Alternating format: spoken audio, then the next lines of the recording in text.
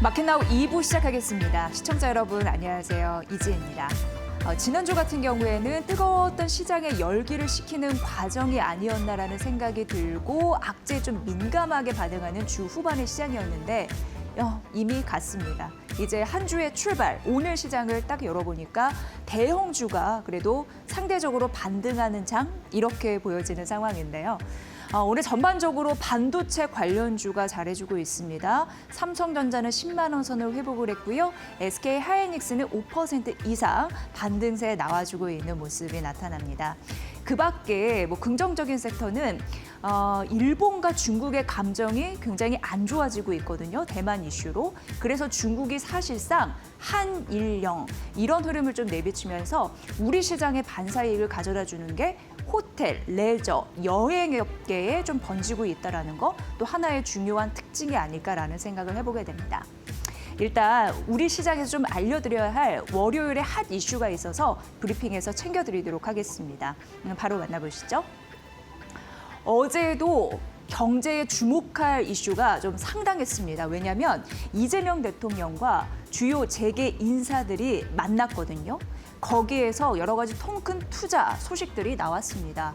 일단 대통령을 주제로 해서 한미 관세 협상 후속 민간 합동회의가 열렸는데 우리가 왜 환율이 높게 치솟고 이런 부분이 대미 투자에 대한 부담감에 기인을 했었죠. 이런 부분도 이재명 대통령이 인식하고 있는 듯 지금 국내 투자에 더 신경 써줬으면 좋겠다라는 의지를 내비쳤고 그 열망 그리고 그 열정 이런 부분들이 대기업 총수들 이런 부분으로 발표로 좀 나왔다라는 흐름 굉장히 좀 중요할 것 같습니다. 그래서 주요 6개 기업뿐만 아니라 이제 앞으로 이런 부분이 어떤 경제의 선순환을 미칠지 봐야 되는데 일단 삼성, SK, 그리고 LG, 한화, HD 현대 등등의 기업들 나왔습니다. 보도록 하겠습니다. 일단 삼성그룹 같은 경우에는 이재용 회장이 5년간 450조, 이게 사상 최대거든요. 국내 투자에 나서겠다라는 흐름 나타났습니다. 22년 대비 이게 예전에 계획한 대비 25% 증액한 그런 금액이 될 것 같고요. 평택 반도체 공장이 있는데 거기 이제 공장에 착수를 합니다. AI 시대 전환이 되면서 메모리 반도체의 수요가 급증을 하면서 이를 잘 만들어내면 실적으로 또 바로 연결이 되고 그게 경제 선순환을 만들어낼 수 있기 때문에 빨리 이런 부분을 하겠다라는 얘기가 나타났었고 삼성 디스플레이와 삼성 SDS 같은 경우에는 비수도권까지 투자를 확장하겠다라는 얘기 그리고 예전부터 좀 강조해왔던 여러 가지 일자리 창출에도 기여하겠다라는 부분인데 총 6만 명 국내 신규 고용 계획 이런 부분을 확대하겠다라는 의지를 내비쳤습니다. 그리고 SK 최태형 회장 같은 경우에는 2028년까지 128조 원 계획을 했잖아요. 계획 투자를. 그런데 거기서 플러스 알파가 있을지는 보셔야 될 것 같고요. 어쨌든 반도체, 첨단 시설 투자를 당초보다 확대하겠다라고 얘기를 했습니다. 그리고 그 밑에는 현대차 그룹입니다. 5년간 125조 2천억 원. 이게 어떻게 보면 역대 최대 기록이거든요. 투자를 하겠다라는 건데 직전 대비해서 40% 증액된 그런 금액이다라고 보시면 될 것 같습니다. LG그룹 같은 경우에도 5년간 100조 투자하겠다라고 얘기를 했습니다. 그런데 소부장에 60% 기술 개발하고 확장에 투입을 하겠다라는 부분이고 하나는 대표적으로 방산, 조선 섹터 다 연결이 되어 있는데 국내 조선 방산 분야에만 11조 원 투자하겠다라고 얘기했습니다. HD 현대 같은 경우에는 5조 원 규모의 국내 생산 기지에 투입하겠다라고 했는데 어찌됐건 이거를 다 더해보니까 최소 830조 원 국내 투자를 하겠다는 기업 총수들의 의지 이런 부분이 나타났다라는 부분이고요. 이렇게 되면은 산업 기반 전반적으로 체질 개선과 더불어서 일자리 창출, 고용 확대 이런 부분에 영향을 미칠 거라서 이런 흐름들 앞으로 중요할 것 같습니다. 어쨌든 대기업들의 투자 행렬이 이어지고 있다는 소식 전해드렸고 어제 있었던 이슈로 또 중요하게 부각이 되겠죠. 앞으로 선순환 구조 잘 판단을 해보시면 될 것 같습니다. 그리고 이 이슈는 또 중요한 부분이 있어서 잠시 좀 언급을 해드리려고 합니다. 지금 AI 데이터 센터 전력 이 수요가 폭증을 하고 있는데요. 그래서 미국 같은 경우에도 전력난에 비상이 걸린 그런 상황입니다. 마이크로소프트 같은 경우에도 칩 재고는 있는데 그게 쌓여도 전력이 부족해서 가동이 좀 지연되는 그런 현상도 나타나고 있는데 대표적인 흐름들이다라고 보시면 될 것 같고요. 지금 미국 같은 경우에는 올해 전력난 이런 부분이 좀 심각하게 부각이 되고 있습니다. 그런데 반대로 중국 같은 경우에는요. 값싼 전력을 확보해서 빅테크에 주고 있거든요. 그래서 어떻게 보면 앞으로 경쟁 우위에 갈 수 있다라는 얘기 나오고 있습니다. 일각에서는 투홀스 레이스라는 얘기를 해서 지금 미국이 AI 시대를 시작을 했지만 중국이 빠르게 격추해 오는 그런 상황에서 두 마리 말이 지금 경주를 하고 있는 상황인데 어쨌든 심각한 지금 도전을 하고 있는 중국 그런 부분으로 미국이 지금 눈치를 보고 있는 그리고 두려워하고 있는 흐름들이 나타나고 있는데 그래서 이제 중요한 게 엔비디아와 그리고 AMD 같은 기업 성장에도 전력 병목 이런 부분이 성장에 제동을 걸 수 있다는 가능성이 언급되기 때문에 굉장히 미국에서도 가장 중요한 건 지금은 전력이 아닌가, 전력망 확충이 아닌가 이런 얘기를 하고 있다는 겁니다. 그런데 지금 투자 포인트는 AI 투자 축, 자금 이동 부분을 여러분이 잘 살피셔야 되는데 그게 두 가지 중에 하나인데 전력망을 업그레이드하거나 아니면 새로운 개념일 수 있는데 천연가스 투자를 늘려야 되는 상황일 수 있다고 하면서 AI 시대 전력이 병목인데 다음 스타는 천연가스가 될 수 있다라는 얘기들이 지금 나오고 있습니다. 천연가스 같은 경우에는 데이터 센터에 가스 발전기를 사용할 수 있고 신규 발전소를 건설할 수 있는 그런 부분이 있는데 단기적 그리고 중장기적으로 핵심 모멘텀으로 성장 동력으로 또 자리매김할 가능성이 있다고 해서 지금 이 전력 시대에 천연가스가 부각을 받고 있는 이유가 바로 이거다라고 보시면 되고 8년 만에 드라마틱한 변화가 생겼습니다. 뉴욕과 뉴저지 쪽에서요. 뭐냐면 10억 달러 규모의 천연가스 파이프라인을 승인했습니다. 이게 3번 반력 끝에 드디어 8년 만에 거의 승인 그런 흐름들이 나타났는데 기존 월리엄스 노선의 그러니까 해저 구간을 확장해가지고 가스를 공급한다라고 생각하시면 됩니다. 이게 230만 가구에 안정적으로 가스를 공급하는 건데 일자리 창출 효과도 있다라는 부분인데 뉴욕은 심각한 이제 겨울철이면 전력을 많이 쓰게 되는데 이게 부족하다 보니까 앞으로 안정적인 전력 공급망이 굉장히 중요한데 그 역할을 천연가스가 해줄 수 있다라는 부분으로 8년 만에 이런 부분이 다시 시도됐다라는 거는 굉장히 획기적인 그런 이벤트이거든요. 그래서 잘 살피시면 될 것 같습니다. 결국 연방에너지 정책 변화의 신호탄이다라는 얘기가 나오고 있어서 앞으로 다음 스타가 천연가스 이런 부분으로 주목받을 수 있을지 꼭 참고를 해보시길 바라겠습니다. 다음 페이지 보면요. 오늘 장 초반에 튀었다가 약간 물러서는 흐름도 있겠지만 지속적으로 우리는 이번 주에도 2차 전지 관련주는 눈여겨보셔야 되는데 일단 중요한 부분이 테슬라가요. 부품, 그러니까 그 들어가는 자동차 부품 2년 내로 중국산 다 속감하겠다라는 얘기를 하고 있습니다. 이건 어떻게 보면은 우리나라에게는 획기적인 반전의 기회가 또 한 번 될 수 있는 가능성이 있어서 지속적으로 미국 기업들은 탈중국화하고 있는 상황이거든요. 이게 좀 긍정적이라는 포인트 말씀드리면서 WCP라는 기업이 있는데 삼성 SDI에 ESS용 분리막 공급을 추진합니다. 이거 처음 있는 일이고요. 내년 1월 양산 목표로 하고 있는 상황이고 실적 개선에 대한 그런 가치를 올릴 수 있을지 기대가 되고 원래는 이 기업이 전기차용 분리막을 공급했는데 이게 ESS용 개발을 본격화한다고 하거든요. 그런데 전기차용 분리막과 ESS용은 전혀 다릅니다. 그럼에도 불구하고 ESS 시장의 성장력이 폭발적이라서 기업들이 이런 흐름을 이제 갖추면서 체질, 변화 이런 부분에 나서고 있다는 거 굉장히 중요한 포인트가 될 것 같아서 말씀드렸고요. 에코프로비의 오늘 아침에 증권사의 목표 주가 나왔는데 18만 7천 원으로 유지하는 흐름들이 있었는데 여러 가지 물량과 가격적인 부분에서 회복이 가능하다라는 이슈에 있어서 이건 좀 더해서 말씀드리겠습니다. 성장주로 평가가 가능할 수 있을지 이런 부분도 주목해 보시면 될 것 같고요. 지금 한 10시 9분 정도 지나고 있는데 시장 상황 듣고 와서 다시 브리핑 이어가겠습니다. 김희주 캐스터 전해주세요. 네, 우리 시장 10시 9분 구간을 지나고 있습니다. 오늘 코스피 코스닥은 상승으로 출발을 했습니다. 다만 코스피는 상승 추세를 여전히 유지하고 있지만 코스닥은 약보합으로 전환이 된 상태고요. 일단 종목별로 봐도 코스피 코스닥 상승 종목이 하락 종목보다 약 2배가량 적은 상태입니다. 일단 대형주 위주의 장세가 펼쳐지고 있는 상황인데 코스피 안에서 업종별 종목별 장세 어떻게 흘러가고 있을지 자세한 흐름 트레이딩 뷰를 통해서 만나보시죠.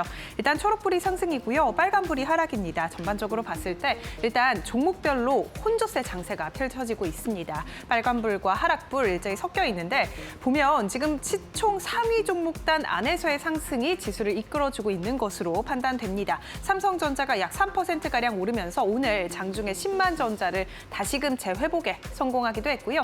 SK하이닉스는 5.71%가량 강세 탄력 계속해서 가져가고 있는 상황입니다.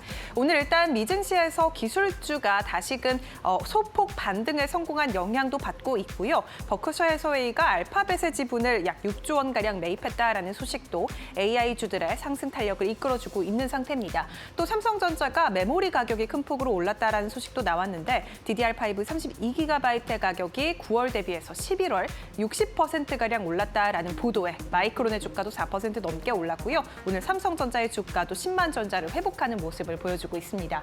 반도체주들이 일제히 오르는 가운데 오늘 두산도 6.95%가량 급등세, 한미 반도체도 4.7%가량 급등하고 있습니다. 오늘 전반적으로 반도체주의 시세가 특징적이다라고 볼 수 있겠고요. SK하이닉스의 상승과 함께 SK스퀘어도 4.81%가량 오름세입니다. 이 외의 종목들 오늘 조금 빠지는 종목들이 조금 더 많습니다. 조선업종 오늘 일단은 하나오션 1.24%가량 오르고 있지만 삼성중공업은 0.57%가량 하락이고요. 전장에서 큰 폭으로 올랐던 세진중공업도 오늘은 일단 하락하면서 움직이고 있습니다. HD현대중공업은 2%가량 오름세, HD한국조선해양은 1%가량 빠지면서 조선주 안에서 지금 업종별, 종목별 차별화 장세가 펼쳐지고 있는 상황인데요. 한미간 팩트시트에서 국내에서 조선 이 건조 해군 산업 건조에 대해서 이 명문화가 되었지만 일단 추가적인 상승세가 오늘은 하나오션과 HD 현대중공업 쪽으로만 붙고 있는 상황입니다.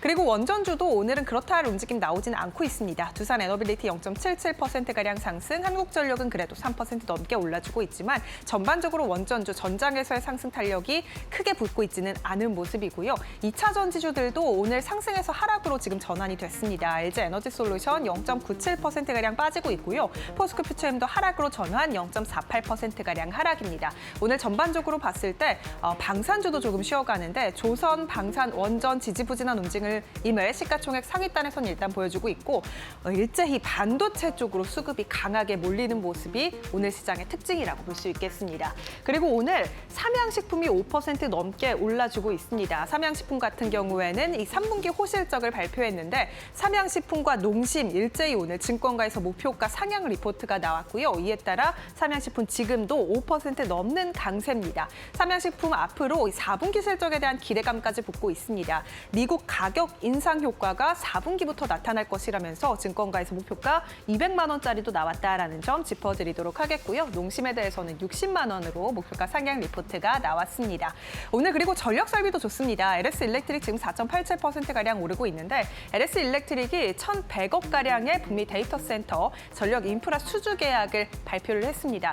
지난 11일 테네시주에 대한 이 북미 데이터 센터 수주 계약을 약 1,300억짜리를 발표를 했었는데 오늘 추가적인 수주 소식이 나온 거고요. 이에 따라 오늘 4.87%가량 오름세입니다. 전반적으로 봤을 때 전력 설비 그리고 반도체 쪽으로 오늘 강한 상승 탄력 붙고 있는데 코스닥 시장은 어떨까요? 코스닥 시장도 열어보시죠. 오늘 코스닥 시장은 전반적으로 일단 반도체 소부장단이 장 초반에는 굉장히 강한 상승 탄력이 붙었는데 장이 지난 지 지금 1시간가량 지났는데 조금 빠지는 종목들이 많이 생겼습니다. 상승에서 하락으로 전환된 종목들도 많이 보이고요. 특히 원익 IPS도 지금 1.37%가량 하락으로 전환이 된 상태입니다. 다만 여전히 상승 탄력 붙고 있는 종목은 호실적 발표한 리노공업 같은 종목들 계속해서 오름세 유지하고 있고요. 심텍과 하나마이크론도 오름폭 키우면서 심텍 8%가량 가량 상승 탄력 붙고 있습니다. 반도체 소부장단 안에서는 엇갈린 흐름이 보여지고 있는데 지금 상승하는 종목과 하락하는 종목별 차별화 장세가 소부장단에서 연출이 되고 있습니다. 오늘 그리고 이 로봇 관련주들 일단은 하이전 RNM이 2%가량 하락하고 있고요. 레인보우 로보틱스도 상승폭을 줄였습니다. 현대차가 국내 로봇 관련해서 120조 원이 넘는 규모의 투자 소식을 밝혔음에도 불구하고 로봇주들 장 초반의 상승분을 지금은 조금 내려놨고요. 레인보우 로보틱스 0% 지금 보합권 내에서 등락하고 있는 모습 보여주고 있습니다. 그리고 오늘 ABR 바이오가 2% 넘게 오르면서 장 초반에는 약간 약보합권으로 움직였는데 상승분을 계속해서 키워내고 있는 상황이고요. ABR 바이오 일라이 릴리와 이 기술 이전 계약 체결 소식에 더불어서 릴리가 지분 투자를 감행한다라는 소식까지 나오면서 오늘 2.87%가량 추가적인 상승 탄력 붙고 있습니다. LNC 바이오도 9% 넘게 튀어오르고 있는데 호실적을 발표했습니다. 3분기 흑자 전환에 성공했고요. 역대 최대 분기 매출을 기록했습니다. 이 안에는 리투오의 성장이 있었고 이에 따라 오늘 미용 의료기기 관련주들 일제히 동반 강세를 보이고 있는데 파마리서치도 약 6%가량 함께 동반 강세 탄력 붙고 있다는 점 특징적입니다. 그리고 오늘 삼천당제약도 4.86%가량 튀어오릅니다. 지금 비만 치료제 관련주들 장 초반엔 지지부진했는데 삼천당제약 지금 5.3%가량 강한 상승세 붙고 있는 상황이고요. 전반적으로 제약바이오 업종 안에서 비만 치료제 그리고 기술 이전을 가진 플랫폼 기업들 그리고 미용 의료기단으로 상승 탄력이 붙고 있다는 점 체크되고 있습니다. 그리고 오늘 여행 관련주가 일제히 오름세입니다. 지금 중국이 일본에 대한 이 한일령을 개시한다라고 밝힘에 따라서 국내 여행주들 반사이익이 기대되고 있는 상황인데 롯데 관광개발 같은 종목들 상승 탄력 붙고 있다는 점 특징적으로 볼 수 있겠습니다. 지금 지수는 어떻게 움직이고 있을까요? 지수 상황도 바로 열어보시죠. 일단 코스피와 코스닥 지금 양시장 일제히 빨간불 켜내고 있습니다. 장중에 코스닥이 하락으로 전환이 되기도 했는데 지금 다시금 빨간불 켜내면서 강보합권으로 올라온 상황이고요. 코스피는 1.51%가량 오르면서 4,072포인트 올라선 모습 보여주고 있습니다. 오늘 코스피 쪽으로 조금 더 상승 탄력이 강하게 붙고 있는데 코스피 안에서도 코스피 대형주 단에서의 상승이 눈에 띕니다. 1.86%가량 오름세 이 안에는 삼성전자와 SK하이닉스의 강한 상승 탄력이 지수를 이끌어주고 있다라고 풀이해 볼 수 있겠습니다. 매매 동향도 열어보시죠. 먼저 코스피입니다. 일단 오늘은요 외국인과 기관의 순매수가 들어오고 있습니다. 오랜만에 외국인이 장 초반부터 1,600억가량 강하게 사들이는 모습 나오고 있는데 원달러 환율이 외환 당국의 개입으로 1,450원 선으로 내려왔습니다. 이에 따라 오늘 외국인의 순매수가 긍정적으로 유입되고 있는 상황이고요. 기관 같은 경우에는 매수폭을 조금씩 줄여가고 있습니다. 현재 시간 200억가량 순매수입니다. 개인은 1,700억가량 장 초반부터 지금까지 팔자세 유지하고 있습니다. 코스닥 시장도 열어보시죠. 오늘 코스닥 시장은 외국인과 기관의 순매도 출회됩니다. 코스피 시장과는 다른 매매 동향을 보여주고 있는데 외국인 지금 500억가량 팔고 있고요. 기관은 260억가량 순매도 중입니다. 오늘 개인은 코스피 시장은 팔고 있지만 코스닥 시장에 1,200억가량 사들이고 있다는 점 체크해 볼 수 있겠네요. 지금까지 시장 상황 열어봤습니다.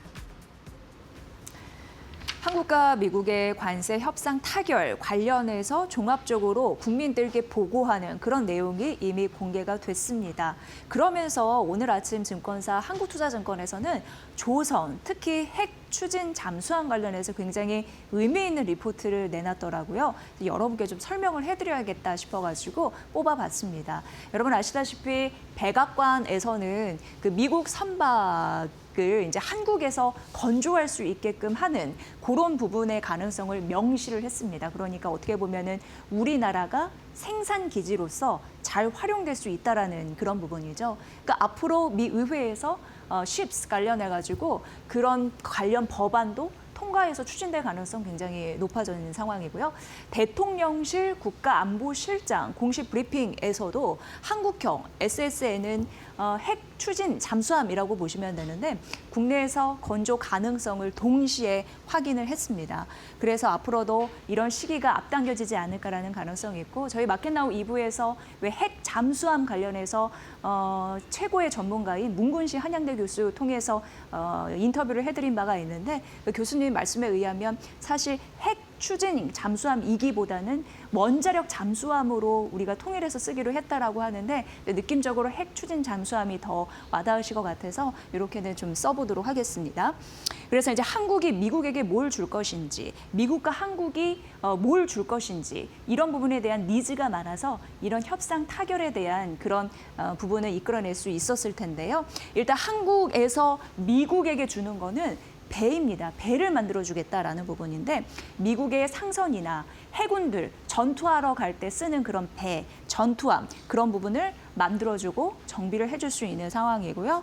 그리고 전투 준비된 선박을 또 빠르게 공급해 줄 가능성이 굉장히 있는 거고요. 왜냐하면 우리나라는 세계 1위이기 때문이죠. 그런 기술력은. 조선소 현대화나 인력 개발이나 공급망을 보강해 줄 수 있다는 데에서 우리는 미국에게 해줄 게 있습니다. 그럼 미국은 우리에게 뭘 해줄까? 핵 관련해서입니다. 핵 추진 공격 잠수함 SSN 건조를 지원을 해줄 수 있고 그에 따라서 부수적으로 핵 기술 연료나 아니면은 관련 인프라 지원 가능하고요. 민간 영역의 우라늄 융축 그리고 사용 후 핵 연료 처리 기술 이런 부분도 협력이 가능하다라는 부분에서 앞으로 좀 이런 부분을 앞당길 가능성이 있다라는 부분 좀 보시면 될 것 같고요. 다음 페이지 만나보면요. 이건 어떻게 보면은 한국판 오커스입니다. 오커스라고 하는 건 사실 예전에 미국과 영국과 호주가 핵 잠수함 추진 이런 부분 관련해 가지고 맺은 협정이라고 보시면 되는데 4년 전이었습니다. 그런데 이제는 우리 한국판 오커스 이런 부분을 구상했다라는 부분이고요. 우리에게는 세 가지 그런 효과가 있다라는 부분 좀 정리해봤는데 첫 번째는 방산, 군함 분야의 기회가 폭증할 것이다라는 가능성입니다. 방산 조선 같은 경우에는 조선 최근에 더 잘 가기 위해서는 방산이 붙어야 된다라는 얘기를 종종 해드렸는데 군함, 구축함, 잠수함 이런 부분이 한 배를 만들어도 더 비싸게 팔리게 될 가능성이 있겠죠. 그런 시장에 우리가 본격 진입한다라는 부분과 더불어서 미국발 물량이 장기적으로 확대될 가능성 있는 상황입니다. 그리고 조선소도 현대화해야 되고 인력도 투자를 많이 해야 되니까 그에 따른 경제의 선순환 효과 이런 부분까지 언급이 되고 있는 상황이고요. 그리고 우리가 그토록 원했던 핵 연료 관련해서 원자력 관련해서 산업도 커질 가능성이 있습니다. 앞서서 미국이 우리나라에게 제공할 수 있는 기술을 언급해드렸는데 민간 우라늄 농축, 핵 연료 관리 이런 부분까지 기술 협력이 확대될 가능성이 굉장히 커진 상황이고요. 이렇게 되면 우리 스스로 핵 연료 사이클 독자성을 강화해낼 수 있다라는 가능성 이제 문이 열리게 된 상황입니다. 이렇게 되면은 우리의 외교, 안보에 대한 지위도 격상될 가능성이 굉장히 높은데 미국과 협력 단계가 한층 좀 더 커지면서 인도 태평양 구간의 안보 구조적인 질서 속에서 우리가 획기적으로 튀어오를 가능성이 있기 때문에 이런 부분에서도 긍정적인 효과를 기대해 볼 수 있다라는 부분입니다. 정치, 전략적인 메시지 하나 더 더해드리면요. 핵 추진 잠수함 보유국으로 인한 그 순수 시대가 개막됐다라는 메시지 이런 부분인데요. 그러면 우리 시장의 관련주, 탑픽 종목은 뭘까 궁금하실 것 같은데 한국투자증권에서는 두 종목을 얘기를 했습니다. 첫 번째, HD 현대중공업인데요. 아시다시피 이제 HD 현대중공업과 HD 현대미포는 합병하면서 동일 종목으로 바라보시면 될 것 같습니다. 이미 방산 도크를 활용할 가능성이 있고요. 설비 역량을 결합하면 긍정적으로 군함에 대한 대비 착착 진행할 가능성이 있고요. 그래서 미국 상수원, 전투함 우리가 수주할 가능성 그리고 준비가 되어 있다라고 보시면 될 것 같습니다. 두 번째는 하나오션인데 이미 옥포 조선소, 특수선, 야드 이런 부분을 2023년부터 대규모로 증설을 해놨습니다. 그래서 핵 잠수함 사업 이제 본격화되면은 실질적인 수혜를 입을 가능성이 또 있기 때문에 이런 부분으로도 언급이 됐습니다. 그래서 HD 현대중공업과 하나오션은 긍정적으로 바라보라는 한국투자증권의 그 조선주 탑픽 가려드렸으니까 이 부분 참고해 보시면 될 것 같고요. 이번 주부터 여러분이 중요하게 생각해 볼 세 가지 이슈를 좀 말씀드리려고 합니다. 첫 번째는 20일입니다. FMC 회의록이 공개가 되는데 지난주도 그렇고 금리가 12월에 인하가 안 될 수 있다라는 가능성이 전반적으로 이제 커지면서 시장을 들었다 놨다 하는 흐름들이 있었는데요. 왜냐하면 연준 위원들 보면 중도파적인 성향을 가진 위원들도 지금 매파적으로 변했고 지금 10월 FMC 이후 금리 인하를 지지하는 위원들이 누가 있을까라고 보면 2명밖에 없는데 미란, 월러 이사거든요. 다 트럼프의 친 세력입니다. 그렇기 때문에 이들을 제외하고는 대부분 매파다라는 부분에서 지금 기준금리 인하에 대한 확률이 굉장히 낮아졌다라는 부분에 시장은 좀 실망을 했었는데요. 일단 12월 전 성장 둔화에 대한 신호가 없으면 뭐 인하 기대가 더 악화될 수 있다라는 가능성이 있습니다. 근데 이 부분이 일단 첫 번째 굉장히 중요한 이슈가 될 것 같고요.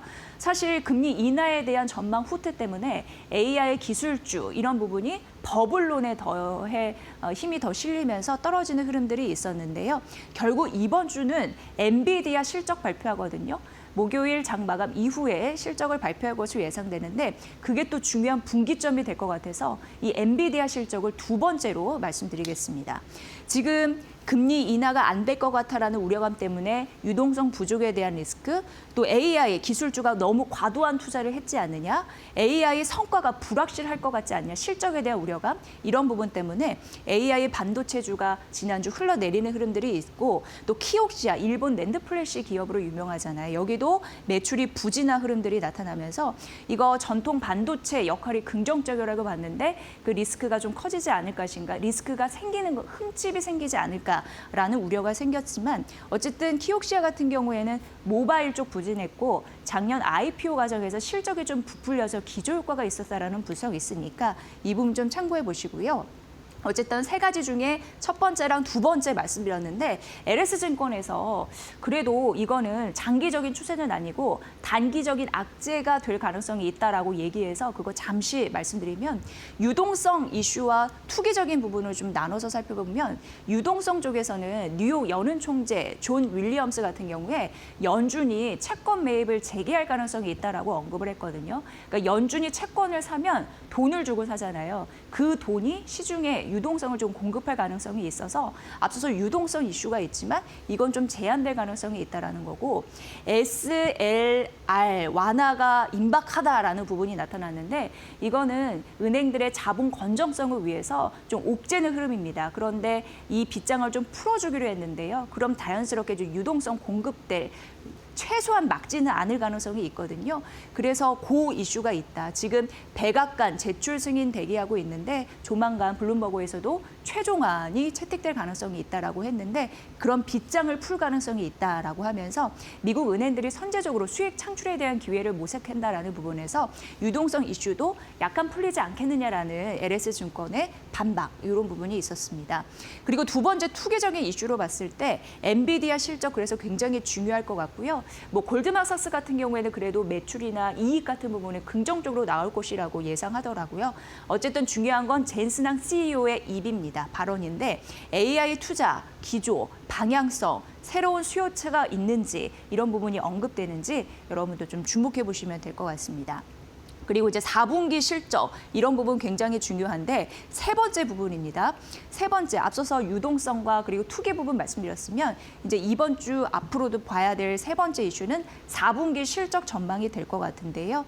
지금 전반적으로 보면은 반도체 가격이 올라가고 원유가 떨어지면서 교역 조건은 개선이 되고 있다고 합니다. 그런데 다만 4분기 같은 경우에는 계절적인 그런 이슈 때문에 일회성 비용이 급증할 가능성이 있어서 그거는 약간 경계를 해야 된다라고 했고 지금 분명한 거는 코스피 200 3분기 같은 경우에는 사상 최대를 기록을 했는데 증가학 대부분 반도체가 좀 견인을 했다고 하고 보시면 영업이익이 전분기 대비해서 15조 원 이상 늘었는데 삼성전자와 SK하이닉스가 증가액이 거의 절대 다수를 차지했거든요. 절대 금액을 15조 원을 기록을 했습니다. 그래서 이런 부분에서는 긍정적인 실마리가 있을 수 있는 가능성 4분기에도 이어지니까 그리 크게 놀라지 않아도 된다라는 증권사의 그런 논리였으니까 이 부분도 챙겨보시면 될 것 같고요. 세 가지 포인트 꼭 놓치지 않고 앞으로도 관전 포인트로 보시면 될 것 같습니다.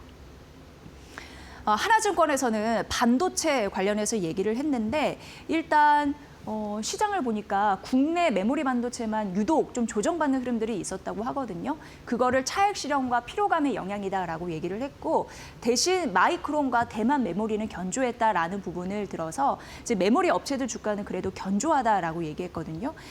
왜냐하면 타이트한 수급이 무엇보다도 받쳐주기 때문에 이게 결정적인 요인이었습니다. 그리고 지금 중소형주 같은 경우에도 3분기 실적 거의 마감된 상황인데 4분기 실적 기대할 수 있는 커버하는 투자하는 종목 중에 테스 VM, 파크 시스템즈 긍정적일 것이라고 봤대요. 근데 오늘 보니까 테스 VM이 7에서 8% 급등하더라고요. 4분기 실적에 대한 전망, 이미 시장에서는 반응하고 있지 않나 이런 생각이 들고요.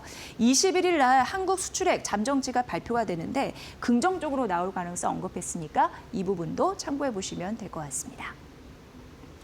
자, 마지막으로 강력 전략 자산인 ESS까지 좀 말씀드릴 텐데요. 2차 전지 탑픽으로 단기와 중장기를 얘기를 했는데 일단 중장기적으로는 아직 그 전기차 부진에 대한 실적을 다 반영하지는 않았대요. 그래서 내년 실적 추정치 하향된 이후에 주가가 조정을 받으면 그때 좀 분할 매수를 생각하라고 하면서 삼성 SDI와 포스코 퓨처하면 얘기했고 지금 우리가 볼 종목은 이 종목이라고 얘기했습니다. 단기적으로 LLG 에너지 솔루션과 LNF가 긍정적인데 ESS와 LFP 테마가 붙었기 때문인데요. 여러분 아시다시피 이런 ESS는 장기적인 또 성장 투자 전략이 굉장히 중요한 버팀목이 되고 있는데 단기, 중장기, 옥석가리 굉장히 중요하거든요. 그런 의미에서 하나증권에서 단기 종목 말씀해드렸으니까 참고해 보시길 바라겠습니다.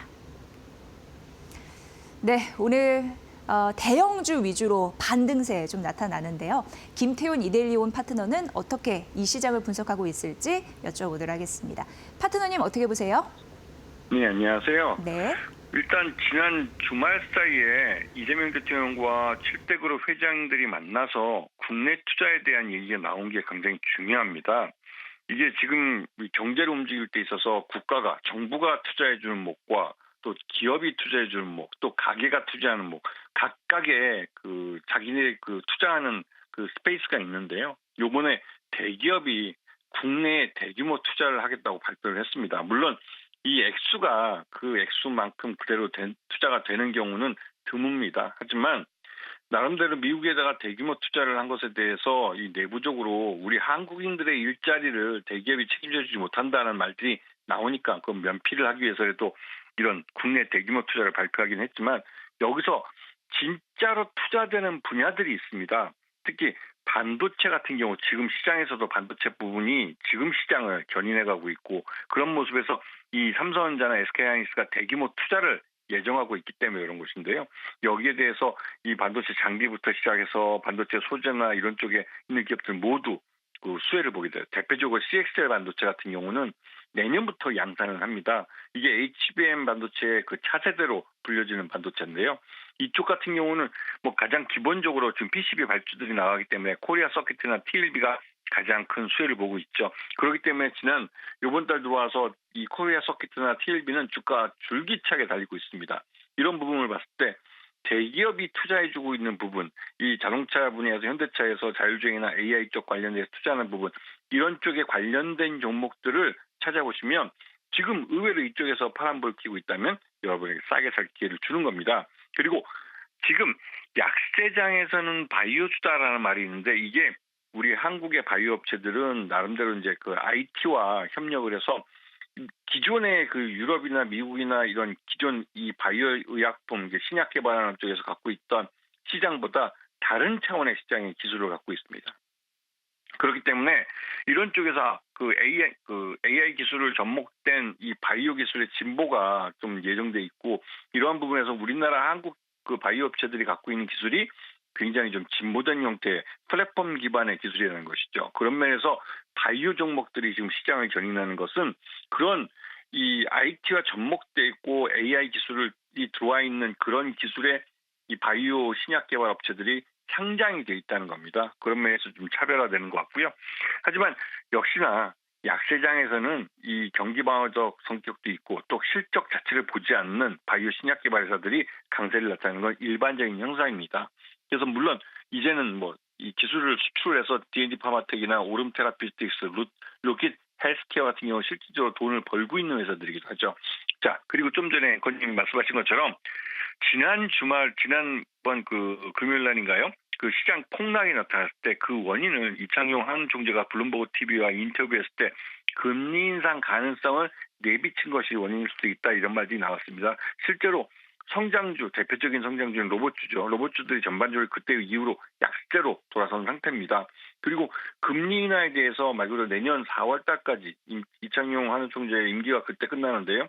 그때까지 금리 인하는 물 건너갔다는 말들이 금융계에서 나오고 있습니다. 그러다 보니 이제 그 금리 인하 없이 실적으로 평가받을 수 있는 종목들, 즉 실적이 좋은 종목들을 지금 내 포트폴리오에 담아야 되는 것이죠. 그리고 일본과 중국 사이가 나빠지면서 일본 대신에 우리나라를 찾는 뭐 카지노나 이런 쪽 내수 소비 쪽에 관련된 종목들도 강세를 나타내고 있어서 이런 큰 시장의 흐름의 변화를 읽으시면서 내수 쪽 관련된 종목들도 담아보시면 꽤 실적이 괜찮은 업체들 많습니다. 카지노 같은 경우 연초부터 해서 실적이 꽤 좋았고요. 그다음에 그 엔터주 같은 경우 K-팝 관련 종목들도 좋아지고 있습니다. 그리고 4분기 때 지난번부터 여러 번 말씀드렸지만 한 달 전에 먼저 급등했던 보안주도 같은 경우는 지금 가격 조정 단계에 들어가 있습니다. 하지만 이 종목들 4분기 때 엄청나게 발주들이 나오고 있어요. 보안에 대해서 강화해야 한다는 것들은 이게 시장에서 이미 커먼센서가 됐고 여기에 이제 투자를 하기 시작했습니다. 이 실적이 내년 1월 달에 공개가 됩니다. 그렇기 때문에 지금 싸게 살 수 있는 기회를 줄 때 저가에 이런 실적이 좋아질 종목들을 담아놓는 게 내 포트폴리오에서 수익률이 시장 수익률을 따라갈 수 있는 좋은 방법이라고 생각이 됩니다. 편안한 선택지는 결국 실적에 있지 않나라는 생각을 하게 되는데 그럼 오늘 특징주는 뭘 가져가 보면 좋을까요? 네. 무엇보다도 어제 그 회장들, 그러니까 7대 그룹 회장과 이재명 대통령의 이 간담회에서 나온 투자 얘기들을 볼 수가 있습니다. 이 내수 투자 쪽에서 핵심이 되는 현대차 같은 경우 정유선 회장이 현대차 투자의 가장 큰 수혜를 보는 종목 125조를 투자했을 때 그중에서 50조가 미래를 위한 투자고 그게 AI와 또 자율주행 쪽입니다. 그리고 로보틱스 쪽이고 그 세 가지 분야에 모두 관련된 게 현대오토웨버죠. 현대오토웨버가 20만 원 미만으로 있다는 건 그만큼 싸다는 소리입니다. 그리고 현대오토웨버의 성장성은 앞으로 놀라울 만큼 이 숫자로 보여줄 겁니다. 실적으로 뒷받침되는 종목이기 때문에 더더욱 관심을 갖고 있어야 되고 이건 참고적이지만 정유선 회장이 현대오토웨버의 지분을 7% 정도 갖고 있습니다. 이 말은 앞으로 현대차 그룹의 지배구조 개편에서도 이 현대오토웨버가 일정 몫을 하게 된다는 것이죠. 그런 면에서 현대오토웨버를 내 포트폴리오에 반드시 담아야 될 그런 종목입니다. 네, 오늘의 특징주 현대오토에버 말씀해 주셨습니다. 잘 참고해 보겠습니다. 김태훈 파트너님 고맙습니다. 네, 고맙습니다. 네.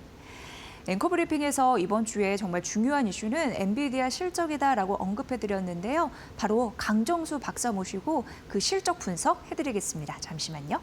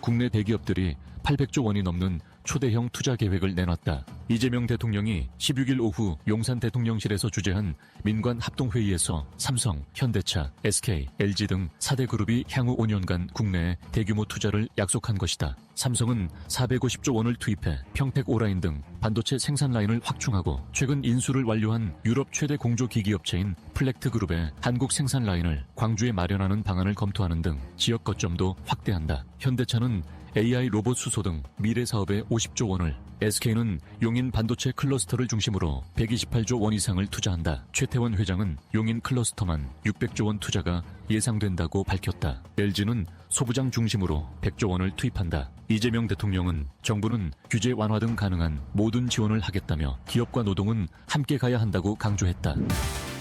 현대자동차그룹이 향후 5년간 국내 125조 2천억 원을 투자한다. 글로벌 모빌리티 경쟁이 치열해지는 가운데 AI, 로봇 수소 등 미래 산업 주도권을 선점하고 전기차 수출 확대와 생산기지, 고도화로 제조업 경쟁력을 끌어올리겠다는 전략이다. 투자금은 AI 로봇 전동화 등 미래 신사업 50조 5천억 원, 연구개발 38조 5천억 원, 경상투자 36조 2천억 원으로 구성됐다. 현대차는 AI 데이터 센터와 피지컬 AI 애플리케이션 센터를 설립하고 울산 전기차 전용 공장, 수소 연료전지, 신공장을 순차적으로 가동한다.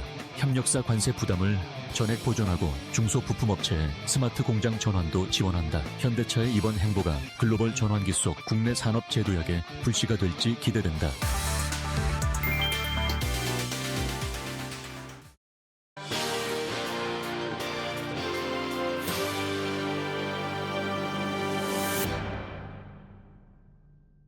엔비디아 실적 발표가 목요일 장 마감 이후에 이제 실적을 발표할 거고 굉장히 초미의 관심사고요. 또 테슬라 뭐 여러 가지 이슈가 있는데 그거 잘 분석해 드리도록 하겠습니다. 강정수 블루닷 AI 연구센터장 와 계십니다. 어서 오세요. 안녕하세요. 네. 이번 주 역시나 젠슨 왕 CEO의 영향력이 좀 발휘가 됐었으면 되면 좋을 텐데 될 겁니다. 그럴까요? 네네. 일단 실적은 잘 나와줄까요? 어떻게 보셨어요? 네, 모건 예. 스탠리도 지난주에 예측 보고서도 나왔고요. 사실은 실적이 나쁠 이유가 별로 없거든요. 네, 현재로서는 계속해서 지금 여러분 아시는 것처럼 미국의 빅테크들 AI 관련 투자를 증액시키고 있고 그래서 원래 여러분 아시는 것처럼 마이크로소프트라든지 알파벳 그다음에 메타, 아마존이 2025년 3천억 달러를 설비 투자하기로 했었는데 그것이 3,600억 달러로 지금 확대된 상태이기 때문에 이것은 뭐냐면 여러분은 수요가 계속해서 높은 상태에서 유지되고 있다는 거고 특히 메타하고 마이크로소프트 두 기업이 지금 전체 엔비디아의 데이터 센터 매출에 있어서 차지하는 비율이 거의 40%에 육박하고 있기 때문에 이 두 기업이 투자를 줄이지 않는 이상 계속해서 높은 수요가 유지되고 있기 때문에 엔비디아의 실적이 나쁠 이유가 전혀 없다라는 거죠. 그리고 여러분 아시는 것처럼 중국에 대한 리스크 자체가 이미 2분기 때 이미 0으로 계산을 하면서 더 이상 중국에 대한 리스크 자체가 내부적으로 소화되고 있기 때문에 중국의 리스크가 3분기 때 더 강화될 이유도 존재하지 않는 거고 회복되지 않아도 큰 문제가 지금 없는 상태가 있기 때문에 저는 엔비디아 실적이 지금 나쁠 이유는 없다라고 좀 보고 있습니다. 그렇기 때문에 지금 일고 있는 AI 거품론에 대한 어떤 바람을 일시적으로 저는 이 거품은 계속해서 이 바람은 계속 불 거라고 보거든요. 여러분 이 바람이 끝나는 이 나무가 성장하는데 바람이 부는 것을 멈추는 경우는 저는 없다고 보고 있는 거고요. 그때마다 가지가 흔들릴 수 있고 나무가 조금 흔들릴 수 있어도 나무가 부러지지는 저는 않을 거라고 보고 있습니다. 그렇기 때문에 AI 경제로의 전환은 지금 멈출 수 없는 인류의 역사적인 어떤 전환기라고 저는 보고 있는 거고요. 여기서 엔비디아가 계속해서 자리를 지켜낼 거라고 보고 있습니다. 네, 되게 중요한 말씀 해주셨어요. 그러니까 성장 자체도 맞는데 바람이 불 때 투자자들 하여금 옥석 가리기를 더 확실하게 하는 계기가 될 수도 있다는 생각을 하게 되네요. 맞습니다. 네. 그리고 이제 삼성전자가 메모리 가격을 좀 올렸다라는 소식이 이제 들려오고 있는데 역시나 AI발 수요가 좀 폭발적이네라는 느끼게 하는 좀 단적인 예가 아닐까 싶습니다. 이건 조금 가지치기를 좀 해야 됩니다. 삼성이 지금 이번에 올린 것은 32GB DDR5의 가격을 약 150달러 정도에 하는 거를 정확하게 149달러, 148달러 하는 것을 238달러로 지금 올린 거거든요. 이러다 보니까 60% 올리는 거에 대한 보도들이 나오고 있는데요. 사실은 DDR5는 AI하고 직접적인 연관은 없다라고 볼 수가 있습니다. 그리고 대단히 컴퓨터라든지 하이엔드 컴퓨터라든지 이런 데 들어가는 칩이기 때문에 AI 데이터 센터는 정확하게 여러분 아시고 있는 HBM이 필요한 거고 그래서 AI 붐하고 관계가 있다기보다는 전체적으로 지금 인프라스트럭처에 대한 투자라든지 이 IT 테크놀로지에 대한 투자라든지 수요가 강세가 있다 보니까 이 사이클이 지금 호조를 만들고 있다는 거죠. 근데 여기서 보셔야 될 것은 만약에 지금 수요가 증가하기 때문에 이 수요를 맞춰내지 못하다 보니까 가격을 올린 거잖아요. 수요가 많다고 보고 공급이 적다 보니까 그러면 공급에 대한 설비 투자를 하게 될 건데요. 이 설비 투자를 또 항상 반도체가 사이클을 그리는 것이 설비 투자를 통해서 DDR5가 생산량을 높일 경우에 이것이 바로 내년에 올리는 게 아니라 1, 2년은 걸리게 돼 있고 그런데 다시 수요가 꺾일 경우에 이런 부분에서 수익성 악화가 항상 주기적으로 나타났던 거기 때문에 DDR5 5는 조금 더 좀 조심해서 보실 필요는 있다고 좀 생각이 듭니다. 네. 이게 이제 전통 반도체 섹터이기 전통 때문에 반도체 AI 쪽과는 좀 거리가 멀지만 네. 그래서 이제 삼성전자의 투자의 기조가 예전에 이제 공격적이었다면 좀 두고 보고 한다라는 네. 그런 기조도 있다라는 말씀드렸는데 좀 그런 맥락이 있다라는 부분 말씀드리고요. 엔비디아 관련해서 한 가지 더 말씀드리면 차세대가 이제 루빈이라는 네. 거잖아요.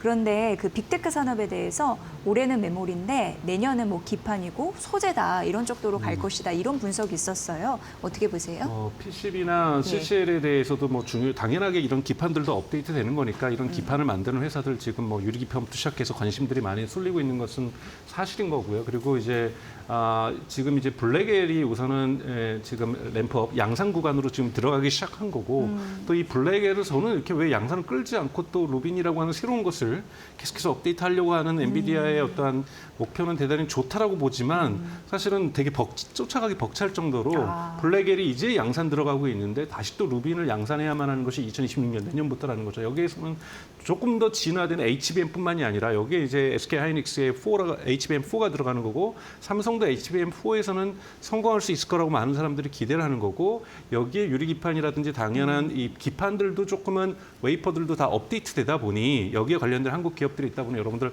관심을 가져가는 것은 뭐 당연하다고 저는 보고 있습니다. 네네. 그래서 이런 부분들은 계속해서 관심 볼 필요가 있는데 하지만 내년도에 이 루빈이 본격적인 양산에 들어가는 것은 좀 어려울 수 있다는 부분이 좀 있다는 거하고 블랙일도 사실은 한 1분기 정도가 지체되면서 양산에 들어갔잖아요. 네. 그렇기 때문에 기대는 높은데 실제로 양산이 2026년이 아니라 2027년으로 충분히 연기될 수도 있다라는 연기될 것. 수도 있다. 거기에 네. 따라서 여기다가 기판을 PCB나 CCL을 납품하는 업체들이 그 납품 기간이 좀 연기될 수도 있다라는 부분들은 항상 고려하면서 투자를 좀 고민하시는 것이 좋지 않을까 이렇게 저는 생각하고 있습니다. 어떻게 보면 이제 투자 유의사항으로 네네.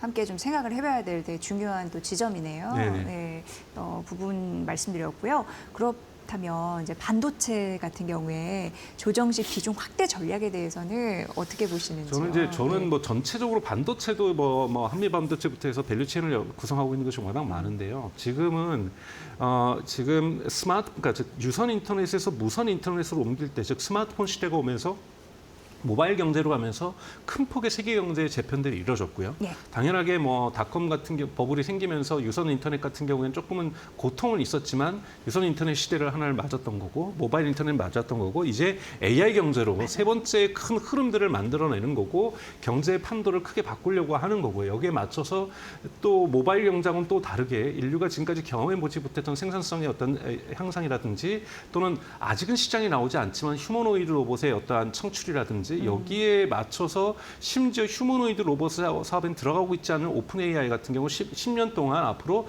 1조 4천억 달러의 설비 투자를 하게 된다는 네. 거죠. 그러니까 정말 상상을 초월하는 설비 투자, 인류 역사상 가장 많은 설비 투자가 이루어지는 거고 여기에는 대부분 설비 투자는 뭐냐면 결국은 반도체를 차지하고 있다는 거죠. 그래서 엔비디아의 여기에서의 뭐 시장 점유율이 지금처럼 높은 수준은 아니다 할지라도 AMD라고 뭐 분점을 어느 정도 하더라도 시장의 토탈 사이즈가 보통 TAM이라고 하는 토탈 어드레스블 마켓 자체가 워낙 커지고 있는 거고 그리고 이 엔비디아와 AMD의 그 시장이 커지면 커질수록 심지어는 뭐 브로드컴이건 또는 뭐 구글 직접적으로 TPU를 갖다 판매를 하건 여기에 들어가는 HBM이라는 수요는 기본적으로 같이 가는 거기 때문에 여기에 SK 하이닉스라든지 또는 이제 저는 삼성전자가 납품을 못할 이유가 없을 거라고 보고 있어요. 시간의 네. 문제지. 만약에 납품을 하게 된다면 이 기본에 차지하고 있는 이 AI 칩과 이 AI 칩에 들어가는 HBM을 만드는 기업이 흔들릴 수는 저는 없다고 저는 생각이 들어요. 다만 이 워낙 큰 사이즈의 일들이 일어나 보니까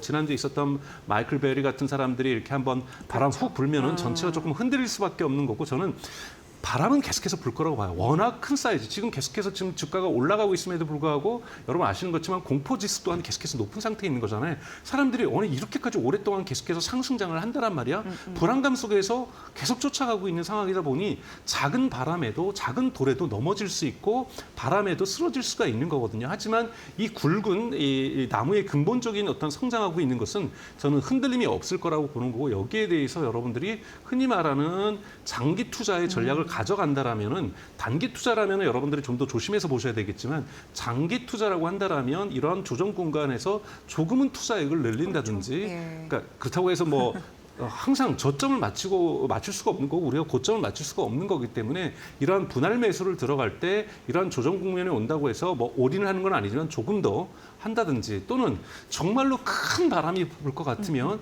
전체 여러분들이 가지고 있는 포트폴리오에서 한 10% 정도를 갖다가 현금화한다든지 이런 식의 최소한의 보험이겠죠.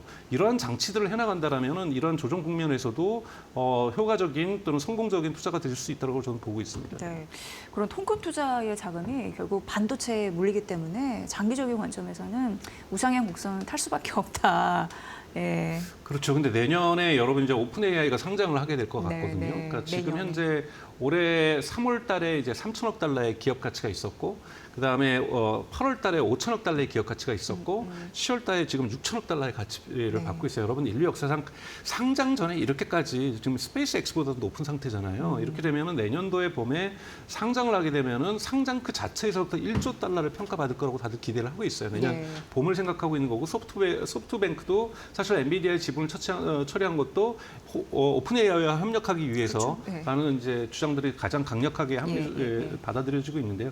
과연 인류가 이렇게 또 1조 달러에 상장하는 기업이 생겨서 그 기업이 1.5조 달러로 간다든지 2조 달러를 할 정도의 유동성을 가지고 있느냐 네. 이 부분에서 의심인 거고 그러다 보면은 너무나도 IPO가 예를 들면은 닷컴 버블 때는 IPO 숫자가 지금 닷컴 버블 대비 반도 안 되긴 하지만 이 IPO하고 있는 기업들의 사이즈가 너무 크다라는 거죠. 이런 부분에서 충분히 어떠한 조정 국면들은 반복적으로 좀 나타날 수 있다. 그렇기 때문에 그냥 무조건 흔히 말해서 1차 함수로 우상향하는 일은 없을 거다라는 것들은 염두에 두시고 투자 전략을 짜는 것들이 대단히 중요하다고 좀 보고 있습니다. 네. 계속적으로 강조하시는 포인트 여러분 잘 읽으셨죠? 중간중간 조정 네. 가능성 충분히 염두에 둬야 된다. 네. 이런 부분이 좀 잘 들립니다. 네. 테슬라 가보면요. 네. 지금 뭐 CEO에 대해서 뭐 보상한 패키징 이슈도 있었고 AI 컴퓨팅에 많은 돈이 들어간 데도 있었고 또 하나 중요한 건 이제 부품 네. 탈중국화 2년 안에 시켜라 이런 이슈도 나왔고 그래서 우리 시장도 그런 부분에 좀 영향을 받고 있는 것 같고 전반적으로 뭐가 관전 포인트라고 보시세요? 네, 우선 테슬라 같은 경우는 아직까지 엔비디아나 이런 것과 다르게 펀다멘탈과 주가가 아직 일치하지는 않고 있어요. 다만 그 시기가 점점 가까우고 있다는 거죠. 즉 아직 로보택시 본격화되고 있지 않은 거고 옵티머스 내년에 뭐 하반기 정도에서나 본격적으로 생산되기 시작할 거고 그래서 사이버캣 같은 경우도 2분기 시작 좀쯤에 뭐 4월 달 정도에 생산될 거기 때문에 아직까지는 3, 4개월 정도의 최소한의 펀다멘탈과 주가가 일치하는 시간까지는 좀 공간이 있다라는 것 여기에서 충분히 흔들릴 가능성이 있다라는 것들을 여러분은 보셔야 된다라는 거고요. 일론 머스크의 보상안은 무조건 좋은 겁니다. 왜냐하면 일론 머스크의 보상안이 될 경우에는 특히 영업이익 같은 경우는 24배가 증가해야 되는 거거든요. 그래서 24배가 증가한다는 건 폭발적으로 증가한다는 걸 얘기하는 거기 때문에요. 주가는 지금 뭐 8조 달러를 더 훨씬 더 넘어설 수 있다. 만약에 이 목표가 이루어진다라면 그래서 이거는 근데 앞으로 10년 안에 보상안이잖아요. 그래서 10년을 보신다라면 당연하게 이건 너무나도 좋은 일이지만 단기적으로는 특히 사이버캡이 본격적으로 생산되고 로보택시가 본격화되기 전까지는 테슬라에게도 많은 조정의 시간들이 저는 있을 거라고 저는 생각이 듭니다. 한국과 또 중국 탈중국이라는 부분이 조금 과대 해석되고 있는 부분이 있는데 탈중국은 어디서 하냐면 미국에서 판매되는 자동차 안에서 탈중국을 하겠다는 거죠. 상하이 기가팩토리는 너무나도 중요한 테슬라에게는 전략적 의미를 가지고 있습니다. 왜냐하면 중국뿐만이 아니라 한국을 또 포괄하기도 하고 유럽의 일부도 포괄하고 있는 거기 때문에 베를린 기가팩토리가 모든 걸 커버하고 있지 않기 때문에 모든 전체 테슬라의 밸류체인에서 탈중국이 일어나는 것이 아니라 미국 같은 경우에서 지정학적 갈등에 의해서 미국에서 중국산 배터리에 대해서는 지금 관세가 붙어 있는 상황이잖아요. 그렇기 때문에 지금 LG 엔솔하고 지금 계약을 확대하는 거고 삼성 SDI하고도 계약이 맞습니다. 임박해 있다라는 것도 계속해서 미국 지향적인 부분에서 특히 미국에서는 테슬라가 갖고 있는 여러분 전기 자동차뿐만이 아니라 지금 ESS의 수요가 폭발적으로 증가하고 있죠. 네. 과거에는 재생에너지에 제한됐다면 지금은 명확하게 그 AI 데이터 센터로 지금 관련이 돼 있기 때문에 앞으로 저는 이 미국 시장에서의 AI 시장의 커짐에 따라서 한국 기업들에게도 많은 기회가 테슬라를 매개로 해서 등장할 수도 있다는 부분은 여러분 관심 가지고 지켜보실 필요가 있다고 보고 있습니다. 네, 이런 기업들이 사실상 좀 늘어나고 있어요. GM에 이어서 이제 테슬라까지 어쨌든 그런데 미국에서 생산된 전기차 안에서 중국산 부품 싹 다 빼라 그렇죠. 이런 이슈였. 되었다라는 거. 2년 안에 뺀다라는 네, 거죠. 2년 안 이런 네. 부분 보시고 결국 K기업 반사 수익 이런 부분은 좀 얻었으면 좋겠는데 그건 가능하다라고 여러분께 정리해드리겠습니다. 오늘 이렇게 엔비디아와 테슬라 두 축을 나눠서 아주 설명 잘해주셨습니다. 강정수 블루닷 AI 연구센터장의 분석이었습니다. 잘 들었습니다. 네, 고맙습니다.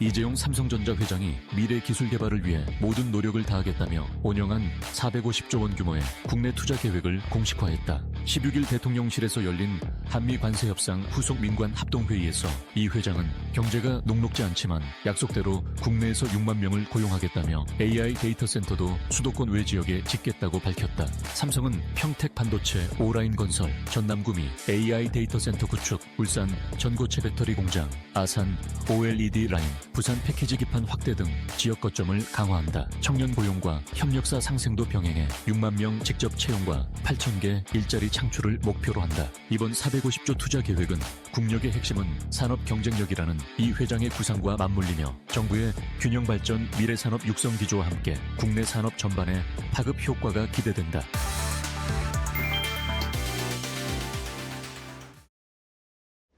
트렌드를 보면 돈이 보인다. 안녕하세요. 마켓나우 트렌드 속으로의 김수현입니다. 여러분, 요즘 디저트 파는 두바이 쫀득 쿠키가 접수했다는 사실 알고 계셨나요? 두바이 초콜릿 유행이 잠잠해지는가 싶더니 이번에는 그 초콜릿을 찹쌀떡, 카다이프, 피스타치오와 한데 섞어버린 쫀득 쿠키가 다시 불을 붙였습니다. 최근 배달앱 인기 검색어 보면 답이 나옵니다. 우선 쿠팡이츠 1위가 두바이 쫀득 쿠키고요. 배달의 민족에서도 두바이와 두바이 쫀득 쿠키가 나란히 탑 10 안에 드는데요. 가격을 찾아보니까 많게는 하나에 7,900원이어서 싼 가격은 아닙니다. 그럼에도 인기 가게는 줄줄이 품절 사태를 보이고 있는데요. 말 그대로 돈이 문제가 아니라 먹을 수 있냐 없냐의 문제가 된 겁니다. 이 검색량 그래프도 미쳤는데요. 10월 중순까지만 해도 관심도 0이던 검색량이 10월 31일 갑자기 48, 다음 날 70을 찍더니 결국 100점 만점을 기록했습니다. 딱 2주 만에 바닥에서 최고점까지 직행한 건데요. 여기서 바로 SNS 유튜브발 MZ의 화력을 느낄 수 있었습니다. 여기서 유튜브 열기도 어마어마합니다. 먹방 유튜버 데끼는 두바이 쫀득쿠키 10개씩 먹는 영상으로 100만 뷰를 돌파했고요. 또 152만 구독자의 이상한 과자 가게는 무려 235만 회를 기록했습니다. 이 외에도 두바이 초콜릿 먹방 영상들도 줄줄이 수십만 조회수를 기록하고 있는 건데 여기서 결정적이었던 건 바로 장원영 효과입니다. 평소 두바이 초콜릿을 좋아한다고 알려진 장원영이 이거 먹으러 두바이에 갈 수 있을 정도라고 말한 데 이어서 직접 인스타 스토리에 이 두바이 쫀득 쿠키를 올려버렸습니다. 그 순간 팬덤은 바로 움직임을 보였고요. 장원영이 갔던 가게는 하루 종일 웨이팅을 해야 들어갈 수 있다고 합니다. 결국 1인당 구매 제한까지 생겼다고 하는데 여기에 프로미스나인 백지연까지 직접 만드는 영상을 올리자 열풍이 더더욱 커지고 있습니다. 여기서 바로 이 쫀득쿠키 무슨 맛일지 궁금하실 텐데요. 우선 비주얼이 진짜 미쳤습니다. 반으로 자르면 내부가 층층이 쌓여서 단면 사진만 찍어도 군침이 돌고요. 또 맛은 이 마시멜로의 쫀득함, 카다이프의 바삭함, 그리고 피스타치오의 고소함, 그리고 또 두바이 초콜릿의 진한 단맛까지 맛있는 게 한 입에 다 들어있습니다. 그래서 SNS 리뷰도 찾아보면 가격 비싸도 또 산다, 이건 단면이 진짜 미쳤다, 이런 반응이 줄줄이 나오고 있습니다. 여기서 편의점도 가만히 있을 수 없었겠죠. CEO도 바로 두바이 디저트 2종을 내놨는데요. 일주일 만에 10만 개 이상 팔렸습니다. 대표 상품 두바이 쫀득 찹쌀떡은 너무 잘 팔려서 일부 매장은 벌써 품절 러시라고 합니다. GS25도 두바이 쫀득 초코볼로 경쟁에 합류하면서 이 편의점 두바이 대전이 시작됐습니다. 디저트 업계에서는 이번 유행이 쉽게 끝나지 않을 걸로 보고 있는데요. SNS에서의 인기와 또 아이돌 팬덤까지 모든 퍼즐이 딱 맞아떨어진 상황이거든요. 그래서 앞으로 두바이 초콜릿을 활용한 새로운 디저트 변주도 계속 등장할 전망이라고 하는데 어떤 맛있는 디저트가 나올지 너무 기대가 되고 있습니다. 그러면 저는 내일도 또 돈이 되는 트렌드로 돌아오겠습니다. 안녕!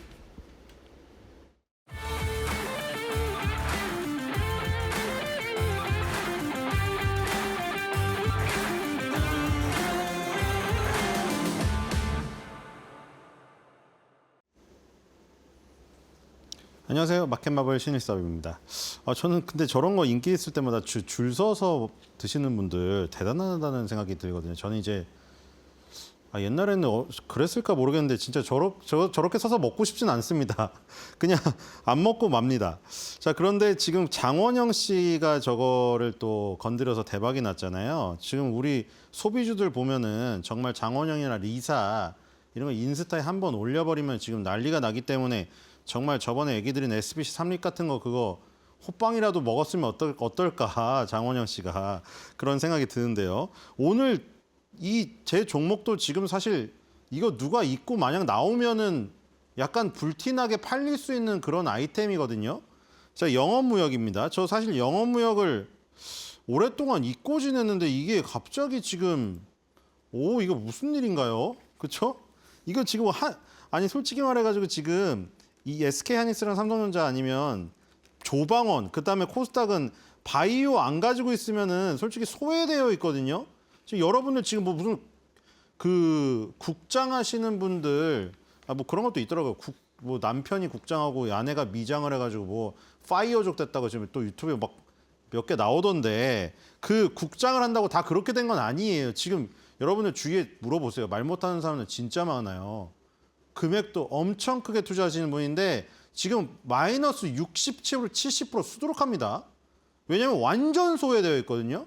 종목이 완전 소외되어 있으면은 4천을 가든 5천을 가든 1도 움직이지도 않아요, 지금. 근데 더군다나 아까 제가 말씀드린 거는 반도체나 조선이나 무슨 뭐 지금 가고 있는 섹터에 있는데도 소외된 중소형주 가지면 그렇게 됐다는 건데 아예 소외 섹터 있잖아요. 예를 들어서 지금 의류 섹터 지금 우리나라에서는 솔직히 말해서 미국장은 의류 섹터도 갑니다. 지금 여러분들 겨울철 되면 어그부츠 많이 신으시죠? 그 어그부츠 만드는 데커 아웃도어 이미 예전에 신고가고 주구장창 올라요. 근데 우리나라 의류주들은 심각합니다, 지금. 우리나라 의류 중에서 지금 제일 대표적인 주식 뭡니까? FNF. 주가 어떻게 됐나 보세요. 근데 지금 예를 들어서 지금 의류 OEM, ODM도 당연히 그러면 FNF가 그러니까 OEM, ODM이라고 뭐가 있겠어? 해가지고 딱 봤는데 더군다나 옛날에 영업무역이랑 한세실업 두 개를 그 쌍으로 보잖아요. 우리나라 대표 OEM, ODM이니까 한세실업은 보통 이제 우리 유니클로라던가 뭐 이런 그 H&M이라던가 요런 이 스파라던가 이런 브랜드 쪽 위주로 하고 영업무역은 조금 비싼 곳 하잖아요. 근데 그 차이가 있을 뿐이지 의류 OEM, ODM이고 그래서 공장은 다 싼 데로 빠져 있죠. 베트남, 방글라데시, 미얀마 이런 데로 빠져 있잖아요. 그러니까 당연히 예를 들어 한세실업만 딱 봤다. 그러니까 의류 업종을 요즘에 누가 열어보지도 않잖아요. 기분이 나쁘니까. 근데 우연히 한세실업을 딱 본 사람은 그냥 유출했을 거예요. 영업무역도 이렇게 했구나. 왜냐면 둘이 똑같이 움직이거든요. 근데 한세실업을 딱 열어봤는데 야 이거 2016년부터 주가 9년째 제자리네. 야 영업무역도 똑같겠지 당연히. 옛날부터 똑같았으니까. 근데 이게 웬걸? 영업무역을 열어봤더니 2015년부터 2025년까지 9년 10년 동안 행보한 거 똑같은데 갑자기 이번 연도에 불기둥이 나오면서 지금 86.32% 급등하면서 2014년도와 2015년도 그다음에 2023년도에 10년 동안 3년간의 그 고점 7만 원을 못 들어가지고 3년을 밀렸던 거기를 지금 뚫어버렸거든요. 지금 7만 9천 원까지 갔어요. 그래서 다들 놀란 거죠. 이거 뭐지? 한세실업하고 영업무역은 영혼의 한 쌍인 줄 알았는데 왜 이 지금 영업무역만 가는 거야? 하면서 지금 오늘도 지금 12.28% 오르거든요. 지금 오늘 상승이 결정타였죠. 지금 모든 매물대를 부시는데 자 일단 기업계열을 볼까요? 어쨌든 간에 영업무역하고 한세실업 가지신 분은 지금 정말 이거 기사회생이죠, 이거는. 자, 2009년에 영업무역 홀딩스를 인적 분할해서 설립되었고요. 지금 유가증권시장 코스피에 상장되어 있습니다. 자, 그리고 아까 말씀드린 대로 방글라데시, 베트남 이런 데로 지금 다 이미 빠져 있는 거죠. 방글라데시의 치타공이라는 지역의 영업무역 회장님이 일찌감치 이런 상황을 예측을 하셨는지 일찌감치 저기를 했던 게 완전 유효했죠. 왜냐하면 지금 베트남조차도 인건비가 많이 오르고 있거든요. 근데 미얀마, 방글라데시 이런 데로 미리 빠졌거든요. 저기는 영업무역은. 그러니까 저기서 미얀마, 방글라데시가 지금 올라가더라도 인건비가 중국, 베트남에 있는 것보다는 훨씬 더 유리한 거죠. 중국, 베트남에 공장이 있는 회사들은 이제 미얀마, 라오스, 방글라데시 이런 데로 가야 돼요. 인건비가 계속 오르거든요. 중고만 해도 못 갑니다, 지금. 의류 같은 경우에 의류 1,000원짜리 2,000원 팔아서 남겨야 되는데 그거 인건비 오르면은 그 얼마를 남기겠어요? 뭐 테무는 더 심하지 않습니까? 알리테무에서 여러분들 티셔츠 사보셨어요? 티셔츠 200원짜리도 있어요. 200원이 무료 배송이에요. 어떻게 이겨요? 자, 그래서 의류 신발들은 OEM 생산하고요. 베트남, 방글라데시에서 원단을 자체 생산합니다. 그렇기 때문에 저기서 원재료비랑 인건비를 절약할 수가 있었던 거예요. 그다음에 되게 특이하게 친환경 생산 시스템 구축을 위해서 44.6메가와트 규모의 태양광 발전 설비를 자체 운영 중입니다. 영업무역 특이하죠? 그렇죠? 태양광 발전 업체예요. 하나솔루션하고 같이 비교를 해야 됩니다. 저 내용을 보면은 자, 커뮤니티 보겠습니다. 이거 신고가 같기 때문에 커뮤니티도 분위기가 좀 좋아졌을 것 같아요. 자, 지금 보니까 좀만 더 오르면 노스 패딩 살게 오르거라. 자, 요즘에도 가격이 내렸어도 꽤 비싸지 않을까요? 요즘에 노스 패딩 안 봐서 모르겠는데 저게 이제 막 100만 원대를 했거든요, 옛날에. 그리고 이게 원래는 요즘에 또 바뀌었는지 모르겠는데 얼마 전까지 이제 더 네이처 홀딩스에 그 후리스를 입고 중고등학생들이 다 누워 있는 장면. 원래 근데 그 전 세대에는 노페였거든요, 그게. 그래서 옛날에 뭐 수험생이라던가 중고등학생들 교실에서 점령한 게 뜬다 뭐 그런 얘기가 있었어요. 그래서 더 네이처 홀딩스가 리틀 저기 영업력을 불렸었잖아요, 처음에.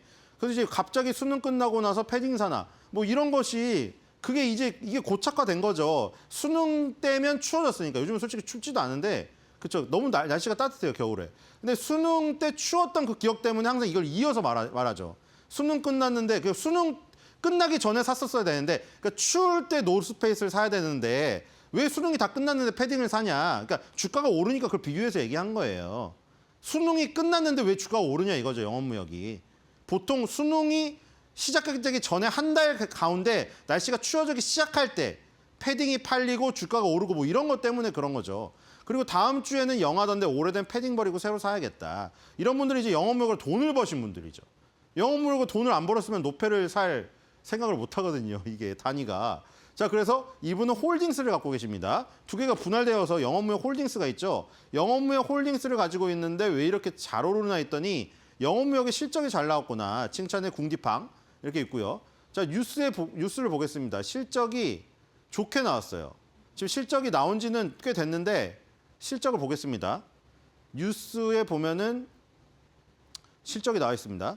자, 저기 이제 SK증권 연구원의 보고서에 실적이 같이 표현되어 있죠. 3분기 매출액이 전년 대비 12.8% 올랐고요. 1조 2,047억 원. 영업이익은 무려 73.4 올랐네요. 1,812억 원. 영업이익이 시장 컨센서스가 1,289억 원이었는데 거의 500억 원 뛰어넘었습니다. 자, 그래서 서프라이즈가 어디서 나왔냐? OEM이죠. 주문자 상표 부착 방식. 우리 코스맥스 한콜마에서도 많이 보잖아요. 이거 OEM, 뭐 ODM, OBM, OGM까지 가져 걔네는 글로벌리로 이미 미리 글로벌 컨셉으로 만들어주는 거예요. 근데 이제 이 의류는 아직 거기까지 가지 못하고 그냥 단순 하청이에요. 왜냐면 그 브랜드들이 원하는 거를 그냥 H&M이나 유니클로가 거기서 이제 만약에 H&M이나 유니클로 같은 컨셉을 자기가 잡아서 모든 거를 컨트롤 해주면 거기서 ODM, OBM 이렇게 가는 거죠. 디벨롭먼트가 들어가거나 이 브랜딩이 들어가기 때문에. 근데 거기까지는 못 갔어요, 의류는. 의류는 그냥 OEM인데 주문자 상표 부착 방식이죠. 주문자가 예를 들어 유니클로가 한세 시럽에 주문을 했어요. 그대로 만들어 달라는 대로 만들어주고 그 유니클로 상표 붙여서 파는 거예요. 그러니까 OEM의 입장에서는 어떤 자기의 개발 능력이나 브랜딩 능력, 글로벌리제이션 이런 것들이 들어가지 못해요. 자, 그리고 영업이익이 관세 우려에도 불구하고 탑라인 성장에 따라서 영업 레버리지 효과로 18.4% 성장했다. 자, 지금 의류 쪽의 관세 우려에도 불구하고 영업이익이 잘 나왔네요. 그렇죠? 그래서 이제 지금 보니까 영업무역 실적이 일단 좋았다. 그래서 실적 성장세로 일단 올라간 것 같습니다. 한세 실업하고는 왜 차이 나나는 조금 더 연구를 해봐야 될 것 같아요. 자, 그래서 좀만 더 오르면 노스 패딩 살게 오르거라. 제가 저걸 타이틀로 달았습니다. 자, 코스닥 좀 한번 볼게요. 코스닥 종은 BMT 보겠습니다. 자, BMT는 자, 이걸 말한 거예요. 이거를. 아까 전에 얘기했잖아요. 지금 조방원하고 SK하이닉스, 삼성전자, 그다음에 코스닥은 바이오가 초강세잖아요. 근데 그런데도 자, 조선주 중에서 모든 게 다 갔느냐? 모든 게 다 가질 않았습니다. 예를 들어서 지금 BMT라는 업체도 있잖아요, 지금. 이것도 신고가를 아직 못 갔거든요. 물론 하나오션이라던가 지금 조선주 중에서도 삼성중공업이라든가 아직 2007년도 고점을 못 넘어선 것도 있어요. 근데 2007년은 워낙에 조선주의 대세였던 때고 지금 BMT 말고 예를 들어서 지금 얘가 피팅 밸브 하는 업체잖아요. 그럼 예를 들어서 태광이나 성광밴드를 볼까요? 태광이나 성광밴드 같은 경우는 예를 들어 성광밴드 같은 경우에는 2007년도 고점 거의 근처까지 갔다 왔거든요. 지금 이거 저기 보여요. 2007년이면 20년 전이에요. 지금 20년 전 고점 한번 찌르고 왔죠. 여기 20년 전 고점 찌르고 왔는데 자 지금 용접용 피팅이냐 이제 개장용 피팅이냐 차이가 있긴 해요. 왜냐하면 지금 이 BMT는 완전 다르죠. 왜냐하면 태광이랑 성광밴드는 용접용 피팅이라고 구경이 엄청 큰 파이프가 엄청 큰 파이프를 얘기하는 거고 이 지금 얘네는 개장 그러니까 밸브라던가 이런 거 얘기하는 거예요. 우리가 그 뭐 이 막 분침 시침 같이 돌아가는 거 있죠. 바늘 달린 거. 그게 개장용이거든요. 밸브라던가 개장용 피팅 이런 것들이고 얘는 또 반도체 쪽이 있고 또 분야가 다양해요. 아까 태광성만은 조선 쪽에 몰려 있고 그래서 전체적인 그래프는 틀리긴 해요. 근데 어쨌든 간에 지금 BMT나 이런 것들 아까 전에 뭐 그 하나오션이나 삼성중공업 얘기했지만 그거 말고 예를 들어 HD 현대미포라던가 HD 현대중공업은 이미 저 위로 날아가서 밑에가 아예 그냥 고점이 저 바닥 아래 있잖아요. 그러니까 조선주 중에서도 이렇게 차별화가 지금 심하게 일어난다고요. 그러니까 BMT를 가지신 분은 내가 조선 쪽을 찍었는데 그래도 조금 불만이죠. 조선 쪽을 조금 더 잘 예를 들어서 한국카본을 찍었다면 어떻게 될까요? 물론 이게 무슨 뽑기는 아닌데 예를 들어 자기가 약간 분석해서 살 수도 있었잖아요. 너무 자금이 한정되어 있기 때문에 개인 투자자들은 한 곳에 몰아서 이 지금 큰 수익을 얻기를 바라시잖아요. 그래서 예를 들어서 한국카본을 샀다. 그러면 이렇게 되어 있거든요. 같은 조선 기자재인데 개장용 피팅을 선택하지 않고 LNG 본행제를 선택했다. 얘는 2007년도 고점이 어디 있습니까? 여기거든요. 이미 20년 전 고점은 어디 갔어요? 저 발바닥 아래 있어요, 지금. 이거. 지금 한국카본 이번 연도에 고가상으로는 238.7이 급등했어요. 지금. 그러니까 이런 것도 있다는 얘기죠. 그럼 이제 LNG 본행제를 택한 친구랑 나도 조선 기자재 맞췄는데 근데 상대적인 수익률이 떨어지죠. 이것도 뭐 많이 안 오른 건 아니에요. 이것도 고점상으로 무려 86.73 올랐습니다. 근데 지금 한국카본 가진 친구는 내 수익률이 3배가 올랐거든요. 그러니까 상대적인 수익 박탈률이 있을 수 있다는 거죠. 제가 아까 말한드린 아예 그냥 FNF 찍은 사람은 솔직히 FNF 찍으신 분은 거기 얘기하지 마세요. 우리 그 매너잖아요. 어쨌든 근데 내가 나는 근데 그거랑 비교할 건 아니죠. 난 조선 안에서 찍었으니까 조선 기자재 찍은 애들하고 비교를 해야 되죠. 상대적인 수익률 박탈이잖아요, 이거. 박탈감을 느낄 수밖에 없잖아요. 자, 지금 기억해 볼게요. BMT가 약간 차이가 있는 게 개장용 비팅이 큰 차이가 있고 여기 보면 이제 1988년에 오래된 회사예요. 산업용 정밀 피팅이랑 여기 밸브 있죠, 밸브. 우리 그 가스 밸브 잠글 때 그거예요, 여러분들. 주방에 있는 거. 전기 분전반 생산 이런 거 주력으로 하고 조선 해양 플랜트 발전, 플랜트 반도체 생산업체 다양하게 있죠. 근데 여기 이제 반도체 생산업체가 있잖아요. 그러니까 BMT는 반도체 업황이랑도 관련이 있는 조선 기자재예요. 얘는. 예를 들어 한국카본은 그냥 LNG선 본행제 완전 조선 쪽이잖아요. 얘는 반도체 쪽도 있다는 거죠. 그게 장점이 될 수도 있고 약점이 될 수도 있어요. 나뉘어 있는 게. 여기 보면 개장용 피팅하고 밸브 되어 있죠. 쿠웨이트 국영석유회사, 아랍에미리트 국영석유회사 여기서부터 기술 인증 획득한 회사고요. 밸브랑 뭐 피팅이랑 이런 것들이 정말 다양한 것에 속해요. 자, 뒤로 가볼게요. 커뮤니티에 뉴스 하나 볼게요. 뉴스에 지금 뭐 나왔냐면 일단 이 BMT는 뉴스도 띄엄띄엄 나오고 커뮤니티도 글이 띄엄띄엄해요. 비인기 종목이에요. 일단. 자, 그래서 누가 방문했냐면은 지금 BMT에 그 부산에서 열리고 있는 국제표준화기구 삼박 해양기술위원회 산하에 굉장히 복잡하네요. 배관 및 기계류 국제표준화 총회가 있습니다. 근데 거기 참석한 국내 대표단이 BMT를 방문했어요. 지금 며칠 전에. 그래서 BMT를 방문해가지고 3일에서 6일 동안 나흘간의 일정으로 해운대 파크하얏트 부산에서 열리고 있는 그 총회. 거기에서 방문 프로그램의 일환으로 BMT 본사를 방문해서 이제 시설도 살펴보고 이랬습니다. 그래서 뭐 뛰어난 기술력을 확인했다 뭐 이런 뉴스가 나왔고요. 자, 그 다음에 커뮤니티 보도록 하겠습니다. 커뮤니티가 글이 정말 없어요. 일단 요거 보여드릴게요. BMT가 우리가 솔직히 말해서 피팅 밸브를 가족 중에서 아버지가 무슨 조선소에 근무하시는 분 아니고는 이걸 어떻게 알겠어요. 가끔 애국가 나올 때나 보지. 애국가도 안 보니까 요즘에. 근데 볼 수 있는 곳이 있습니다. 여러분들 뭐 뉴스 많이 보셨죠? 안타깝게 여름에 주차장에서 일하다가 숨이 멎어서 젊은이들이 막 사망하고 이런 사고 있잖아요. 이거 없으면 큰일 납니다. 저기 그 주차장에 이동식 에어컨 저거 보셨죠? 저거 옆에 게다가 맞으신 적 있으세요? 진짜 시원하거든요, 저거. 저거를 만들어요. 파워쿨이라는 얘가. 이게 피팅 업체인데 반도체에도 관련돼 있고 이동식 에어컨도 관련돼 있으니까 여름 수혜주로도 장점이다 단점이라고 할 수가 있을까요? 그렇게 될 수도 있습니다. 자, 그리고 글이 올라왔는데 마지막 글이 9월이에요. 지금 11월 17일이거든요. 그러니까 지금 이 커뮤니티가 요즘에 가장 활발한 커뮤니티 플랫폼 걸 제가 따오는 건데도 이 정도예요. 그러니까 BMT가 좋은 종목이 되게 좋은 종목이거든요. 실적도 안정적이고 되게 강소주예요. 강소형주인데 문제는 인기가 없어요. 9월 4일 2달 전에 올라온 게 마지막 글이에요. 그래서 얘도 피팅 밸브인데 왜 현재 여기 있니? 이거예요. 왜냐하면 피팅 밸브주들 다 가니까 태강, 성광밴드, 하이로코리아 이런 거. 태강, 성광밴드가 영종용 피팅이고 하이로코리아가 개장용 피팅이거든요. 그 분류로 하면 얘는 하이로코리아 쪽이에요. 근데 다 가는데 왜 피팅 밸브인데 혼자 여기 있니? 안 가니? 이러는데 이제 11월 달 돼서 간 거예요. 이제 글이 올라오겠죠. 왜냐하면 이 회사는 소외되어 있기 때문에 이런 거 오르락 내리락 할 때만 와서 글을 써요. 평소에는 글이 없습니다. 그 정도로 지금 소외되어 있다. 이렇게 보시면 될 것 같아요. 자, 이 지금 오늘 BMT랑 영업무역을 했는데 BMT는 워낙 소외주다 보니까 약간 얘기거리가 없긴 합니다. 근데 제가 조선기자재에서 소외주를 소개시켜 드리려고 한 것이고요. 오늘 영업무역에 대한 거 준비했습니다. 역시 영업무역은 패딩이겠죠. 자, 옛날에 가장 유행하던 히말라야급, 옛날에 대장급이라고 불렸어요. 이게 그냥 기본 100만 원이 넘었습니다. 요즘에 어떤지 모르겠어요. 근데 뭐 그때 영업무역이 뭐 반박은 그렇게 했어요. 우리는 좋은 원자재를 쓰기 때문에 비싸다. 그때 기억나시는 분들 아시죠? 공분이 더 일어났습니다. 댓글이 폭발했어요, 그때. 뭔 헛소리를 하고 막 난리가 났거든요, 그때. 그 인정 못한다고. 그걸 감안해도 어떻게 저런 가격으로 학생들이 등골 파먹냐고 해서 등골 브레이커라고 이름이 붙었거든요. 근데 어쨌든 간에 지금 그 학생은 아니고요. 제가 이 투자자를 어떤 조금 저기 한 겁니다. 이 사람이 이제 투자자인데 투자자가 이제 겨울이 올 정도로 마이너스를 겪거나 시장이 안 좋을 때 있잖아요. 근데 오늘같이 영업무역 같은 게 잘 어울리면 이게 패딩을 입고 있는 것처럼 따뜻하지 않겠느냐 하는 비유입니다. 투자 세계에서 비유를 한 거예요.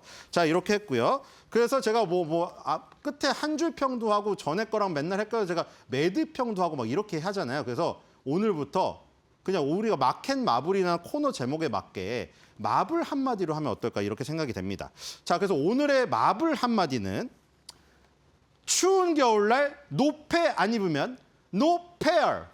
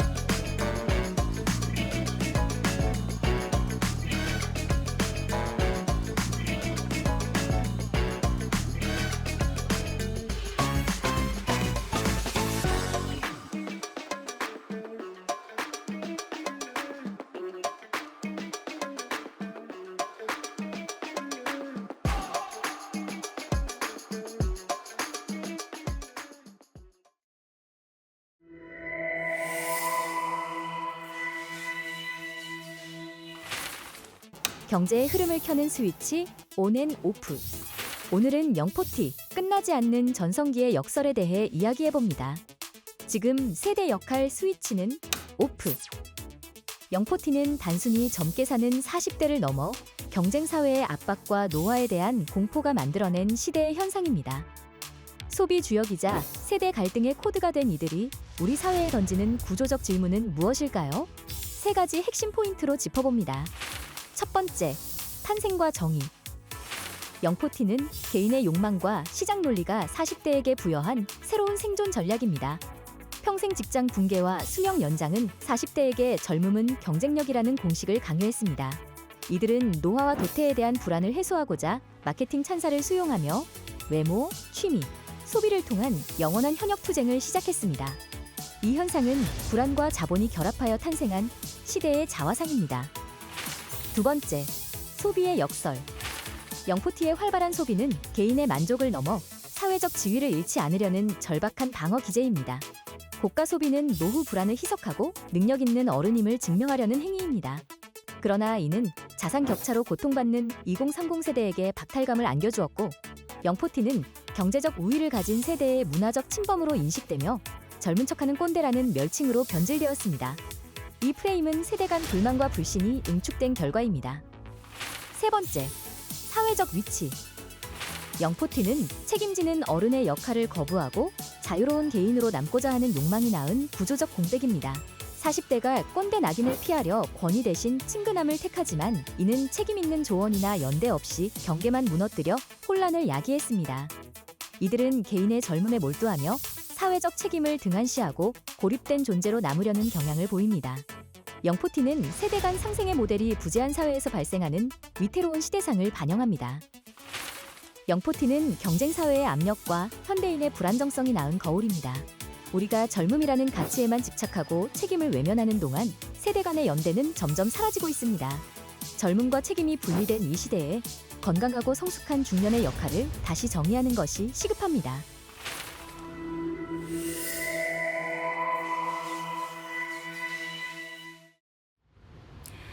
최근 들어 불거진 AI 거품론에도 월가에서는 AI 강세장은 앞으로 이어질 것이란 전망이 우세합니다. 가치 투자로 유명한 버크셔도 알파벳의 지분을 사들였고요. JP모건도 AI 강세장은 끝나지 않았다고 의견을 냈는데요. 일단 오늘 반도체 주들의 반등으로 국내 증시는 다시금 올라섰습니다. 이 시각 양 지수 상황 바로 열어보시죠. 오늘 코스피 코스닥은 현재 시간 일제히 빨간불 켜내고 있습니다. 특히 코스피 안에서 반도체 투톱, 삼성전자 10만 전자를 회복했고요. SK하이닉스도 60만 닉스를 재회복에 성공했습니다. 반도체 투톱의 강세로 코스피 현재 일중 고점 부근 지나가고 있고요. 현재 시간 기준 1.73%가량 오른 4,081선 지나가고 있습니다.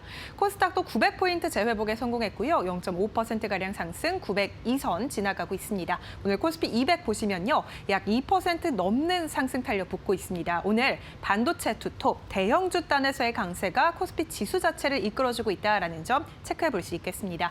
매매 동향도 열어보시죠. 먼저 코스피입니다. 코스피에는 외국인의 순매수가 장 초반부터 지금까지 이어지고 있습니다. 외국인 2천억 넘게 사들이고 있고요. 기관도 600억가량 순매수 중입니다. 오늘 개인만의 순매도가 지금까지 이어지고 있는 가운데 2,500억가량 개인의 순매도가 포착되고 있습니다. 코스닥 매매 동향도 열어보시죠. 오늘 코스닥은 외국인과 기관의 순매도가 출회됩니다. 코스피와는 다른 동향을 보이고 있는데요. 일단 외국인 500억가량 순매도, 기관은 100억가량 어느 정도 방향성을 탐색하는 듯한 매도 규모입니다. 개인의 순매수가 1,000억가량 들어오고 있는 점 확인되고 있습니다. 원달러 환율 동향도 함께 열어보시죠. 일단 오늘 외환시장에서 원달러 환율은 전장 대비 6원가량 내리면서 출발을 했습니다. 1,451원으로 개장을 했는데 현재 시간 기준으로는 1,458원 선 지나가고 있고요. 외환 당국의 개입으로 1,450원대로 내려왔던 원달러 환율, 오늘도 일단은 1,458원 선 부근 지나가고 있다는 점 확인해 볼 수 있겠습니다. 네, 일단 오늘 시장 상황 간단하게 살펴봤는데요. 오늘 주목해 볼 만한 투자 뉴스는 어떤 게 있을지 계속해서 이어가 보시죠. 삼양식품이 3분기 호실적을 발표함에 따라 증권가에서 목표가를 줄 상향했습니다. 이에 따라 주가가 장중 최고 9% 넘게 급등했습니다. 삼양식품은 3분기 매출은 6,320억 원, 영업이익은 1,309억 원으로 각각 전년 동기 대비 44%, 50% 늘어났다고 밝혔습니다. 글로벌 수요의 구조적인 확대와 미국 가격 인상 효과로 4분기 실적도 긍정적일 것이란 전망이 우세한데요. 오늘 유한타증권은 삼양식품의 목표 주가를 200만 원으로 올려잡았고 신한투자증권과 IBK투자증권, KB증권은 175만 원으로 목표가를 상향 조정했습니다. 한국투자증권은 불닭의 인기는 여전하고 미국 가격 인상으로 수익성도 반등할 것이라며 공장 가동 안정화로 해외 매출액 비중이 증가하게 되면 음식료 업종 내 가장 뚜렷한 해외 사업 성장성과 높은 수익성이 강조될 것이라고 긍정적인 분석을 내놨습니다. 삼양식품 주가 함께 체크해 보시죠. 일단 현재 시간 기준 3.79%가량 오르고 있습니다. 137만 원 선 지나가고 있고요. 농심 주가도 오늘 9% 넘게 튀어오르고 있습니다. 마찬가지로 3분기 호실적 그리고 4분기 전망이 긍정적이고요. 오늘 10%가량 오르면서 46만 3,500원 선 거래되고 있습니다. LS 일렉트릭이 북미 데이터 센터 전력 인프라 구축을 위한 1,100억 원 규모의 변압기 공급 계약을 체결했다고 오늘 공시했습니다. 이 프로젝트는 AI 데이터 센터 전력 인프라 구축 사업인데요. 사업 발주 회사는 계약 조건에 따라 비공개됐습니다. 이번 계약으로 LS 일렉트릭은 내년부터 2028년까지 약 2년 동안 대형 데이터 센터 단지에 배전 변압기 기반의 전력 공급 솔루션 일체를 공급합니다. LS 일렉트릭은 앞서 지난 10일에도 미국 테네시주에 구축되는 데이터 센터에 전력을 공급하기 위한 배전반, 변압기에 대한 1,300억 규모의 공급 계약을 체결했었죠. 추가적인 수주 소식이 나오면서 북미 현지 사업 확장 성과가 가시화되고 있다는 평이 나옵니다. 이번 사업 수주 고객과 지난 10일 사업 고객 모두 자사 솔루션을 경험한 고객이 추가적인 발주를 한 것으로 나타났는데요. 현지 고객 레퍼런스가 축적되면서 앞으로 더 많은 사업을 수주하는 선순환 구조가 마련될 것이란 기대감이 나옵니다. LS 일렉트릭 주가 함께 확인해 보시죠. 오늘 수주 소식과 함께 3.53%가량 강세 탄력 유지하고 있는 상황이고요. 46만 9천 원 선 지나가고 있습니다.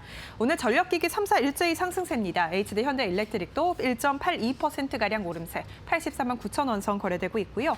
효성중공업 주가도 0.89%가량 오르면서 214만 4천 원 선 거래되고 있습니다. 국내 4대 그룹이 향후 5년간 국내 총 800조 원 이상을 투자합니다. 한국과 미국의 관세 협상에 따라 향후 대규모 대미 투자에 국내 투자가 제한될 것이란 우려가 나왔었죠. 이재명 대통령의 국내 투자 당부에 재개가 화답한 것으로 보입니다. 16일 서울 용산 대통령실에서 열린 한미 간 관세 협상 후속 민간 합동회의에는 삼성 이재용 회장과 SK 최태원 회장, 현대차 정의선 회장, 또 LG그룹의 구강모 회장이 참석해서 이 같은 내용의 대규모 투자 계획을 발표했습니다. 삼성전자는 국내 연구개발과 반도체 생산 거점인 평택 5공장 완공을 포함해 2030년까지 총 450조 원을 투자하기로 했고요. SK그룹도 2028년까지 128조 원 이상을 국내에 투자한다고 밝혔습니다. 현대차그룹은 향후 5년 동안 총 125조 원의 대규모 투자를 발표했는데 이는 사상 최대 규모고요. AI와 로봇 등 신사업과 전기차 생산 거점 신설 등에 투입될 예정입니다. LG 또한 5년간 100조 원 투자 계획을 재확인하면서 국내 투자 중 60%를 기술 개발과 확장에 투입한다고 밝혔습니다. 일단 이러한 대규모 투자 소식 나왔습니다. 삼성전자 오늘 3% 넘게 오름세고요. 10만 원 선 재회복에 성공했습니다. 10만 100원 선 지나가고 있고요. SK하이닉스도 6.79%가량 급등세입니다. 오늘 일정 중 고점 부근 지나가고 있고 60만 원 선까지 고점을 높였다라는 점 확인해 드리도록 하겠습니다. 현대차 주가는 장중 하락으로 전환이 됐고요. 약보합권 내에서 움직이고 있습니다. 27만 2천 원 선 거래되고 있고 LG 주가도 현재 1.33%가량 상승세 8만 4천 원 선 거래되고 있습니다. 한국과 미국의 협상이 최종적으로 마무리되면서 국내 투자에 대한 계획까지 함께 발표됐습니다. 4대 그룹만 총 800조 원이 넘는 규모의 국내 투자를 밝히면서 정부와 재계의 협력 기조가 강화됐는데요. 국내 증시는 어떤 영향을 받을지도 궁금해집니다. 이에 대한 자세한 이야기 계속해서 저희와 함께 알아보시죠. 투자일 자금이 쏠리는 곳에 투자하라는 굉장히 중요한 잣대일 텐데 오늘 박시동 경제평론가님 모셨거든요. 그 투자의 시선이 어디에 쏠릴지 궁금합니다. 함께 알아보도록 하겠습니다. 어서 오세요. 네, 안녕하세요. 네. 평론가님 어제 일요일이었잖아요. 네. 근데 이재명 대통령과 재계 총수들이 모두 만나서 최소 830조 네. 국내 투자하겠다라는 발표가 나왔습니다. 네. 투자의 시선이 반도체에 쏠리겠다 이런 생각이 좀 들더라고요. 네. 예, 조선 방산 뭐 이런 부분까지 어떻게 보세요? 예. 일단은 뭐 투자라는 어떤 매개를 통해서 네. 국내 주요 그룹과 이 대통령의 미팅이 사실은 경제계에 주는 그런 상징적인 장면만 보더라도 흐뭇하다 이런 말씀을 좀 드리고 싶고요. 네네네. 내용이 또 상당히 알차고 크게 나왔습니다. 예. 삼성 같은 경우에는 5년간 450조 정도의 국내 투자를 얘기했고요. 제일 크죠. 그렇습니다. SK도 600조 원 총액으로요. 네. 그렇게 얘기를 했고 현대차도 5년간 125조 이상의 투자. LG도 역시 5년간 100조 단위라고 해서 4대 그룹만 합쳐도 거의 뭐 100조 이상을 각각 약속을 했고요. 한화랑 HD 현대도 역시 만만치 않은 투자 약속을 했습니다. 다 세부 내용이 아주 굉장히 제가 볼 때는 의미 있는 내용이 많이 나왔는데요. 예. 예를 들어 이제 삼성 같은 경우에는 이제 반도체 부분 관련해서도 얘기가 나왔고, 삼성 SDI 관련해서도 역시 이제 나왔고, 삼성 전기도 나왔고, SK도 역시 이제 용인 반도체 클러스터 관련해서 나왔습니다. 이 두 가지를 합쳐 보면은 하나의 특징으로 귀결되죠. 역시 AI 반도체를 네. 대비한 확실한 투자. 이렇게 큰 계획이 나왔다 이렇게 볼 수가 있고요. 현대차 관련해서도 사실은 시장에서 궁금해하던 게 있습니다. 진슨 황 엔비디아 CEO 방문 이후에 현대가 그 확보한 5만 장 단위의 GPU를 어떻게 활용할 것인가. 뭐 자율주행이라든지 이런 걸 업계가 예상을 했습니다만 현대가 보여줄 AI 시대의 청사진이 사실은 자본시장에서나 업계에서 굉장히 궁금해하던 거였는데 아주 재미있는 프로젝트가 나왔어요. 네. 예를 들면은 로봇 파운드리 관련한 로봇 신사업에도 투자하겠다라는 파운드리, 내용이 예. 들어 있습니다. 이게 아주 제가 볼 때는 이제 재미있는 부분인데요. 예를 들면 이제 이런 거죠. 우리가 반도체 파운드리 그러면 고객이 원하는 디자인을 가지고 이렇게 만들어줘라 네. 이런 건데요. 이제는 현대가 필요한 로봇이 있으면 레시피를 가져와라. 만들어주겠다. 우리가 예. 제조해 주겠다라는 거예요. 이게 파운드리니까. 그렇습니다. 예. 세계 최고의 제조 기업이다라는 자부심, 자신감을 네. 반영으로 그걸 근거로 해서 AI 시대는 어떻게 넘어갈까라고 했는데 제조의 현대. 그렇다면 이제 로봇 제조도 우리가 최고로 달려나겠다. 차를 넘어서. 그렇습니다. 그런 측면에서 굉장히 재미있는 계획이 나왔어요. 네, 네. 결국에는 이 모든 기업들의 이 투자의 시선은 AI 시대를 겨냥하고 있다라는 네. 측면에서 AI 3강으로 가겠다는 국가 비전과 맞춰서 기업들이 확실하게 AI 투자를 통해서 맞춰 나가겠다라고 하는 게 하나의 테마죠. 국내적으로 봐도 역시 AI 테마는 여전히 살릴 수 있다라는 측면에서 눈여겨보셔도 좋을 것 같고요. 네. 두 번째는 사실 이제 고용입니다. 사실 우리는 경기 침체를 겪으면 안 될 거 아니겠습니까? 핵심이 미국이나 우리나 결국 고용 지표인데 국내 고용 관련해서는 사실은 그동안 늘 질이 안 좋아지고 있다는 게 우려 섞인 시선이었어요. 뭐 총량 고용도 사실은 이제 감소지만은 결정적으로 40대 대기업 일자리가 감소됐습니다. 네. 그래서 질적으로 경제의 허리가 무너지고 있다 이런 지적을 많이 받았고요. 특히 청년 일자리는 뭐 급전직하로 계속 떨어져 왔는데 지금 4대 기업이라든지 이런 쪽에서 밝힌 그 고용 내용은 쉽게 말하면 이제 그야말로 양질의 일자리고요. 네. 특히 이제 청년 관련한 전문 인력들의 또 고용 얘기를 이제 밝혔다라고 보면은 그동안 우리 고용 시장에서 가장 약한 고리를 이번에 채워주는 굉장히 의미 있는 발표다. 그래서 이번 발표 두 번째 특징 고용이다 이렇게 좀 보고요. 세 번째는 경제 지도의 변화다 저는 그렇게 보는데요. 네. 예를 들어서 삼성 같은 경우에도 평택이라든지 또 SK 관련해서도 이제 용인 반도체 클러스터인데 삼성이 특히 이제 재생에너지나 데이터 센터나 삼성 SDI 관련해서 서남권 라인에 대한 투자 계획을 발표했어요. 네. 제가 볼 때는 재생에너지 라인을 통해서 기존에 우리가 한국 산업의 지도라고 하면 경부 라인이거든요. 경부고속도로 완성을 통해서 서울, 부산. 근데 이제 이번에는 재생에너지 라인을 통해서 이번 계획도 대부분이 다 평택, 서남 이쪽으로 라인을 쉽게 말하면 U자형 경제 지도의 예. 초석이거든요. 제가 볼 때는 이번 발표가 이제 현실화되면 우리나라 산업 경제의 지도가 아예 바뀌는 지도가, 발표다. 산업 지형이. 예, 저는 그렇게 보고요. 한편으로는 이제 그동안 이제 우리나라의 경제 성장률도 문제였습니다만은 그거를 넘어서서 우리가 미래에 대한 불안감을 갖는 이유가 뭐냐면 잠재 성장률의 저하거든요. 네. 심지어는 뭐 2040년대로 들어가면은 거의 이제 마이너스에 수렴한다라는 여기까지 나올 정도로 불안했거든요. 핵심은 잠재 성장률을 건드리는 3요소가 이런 인구라든지 설비라든지 생산성 뭐 이런 건데 결론적으로 보면은 가장 문제가 자본과 생산 투입이 국내적으로 없었다라는 거예요. 근데 이 부분에 관해서 이제 갈증을 풀어냄으로써 장기적으로 보면 잠재 성장률의 상승까지도 가져올 수 있는 이런 다양한 테마가 있는 그런 이번 발표가 아니었나 이렇게 좀 생각이 듭니다. 네.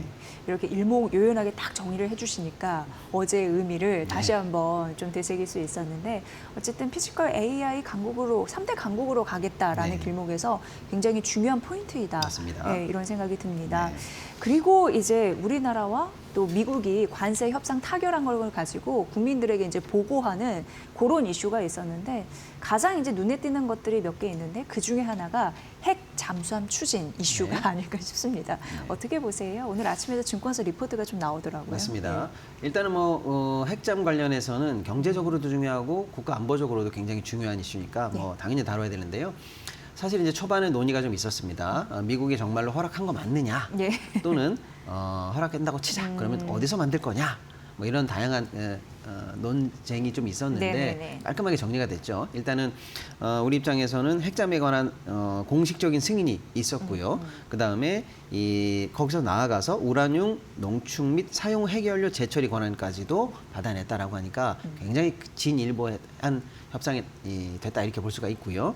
그다음에 이제 미국 트럼프 대통령이 사실은 뭐 필리조선소에서 만들 것이다 이런 얘기를 한미 협상 이후에 해서 사실은 이제 논쟁이 좀 일었는데 이번에 정책실장이 명확하게 입장을 냈죠. 처음부터 한국 건조를 염두에 두고 있었다. 네. 그리고 현실적으로 지금 나오는 얘기가 어떤 과학적 기술적 타진을 해봐도 사실상 미국에서는 만들기가 어려운 어렵고, 상황입니다. 예, 그래서 그렇죠. 사실상 국내 건조가 확정됐다 이렇게 볼 수가 있겠습니다.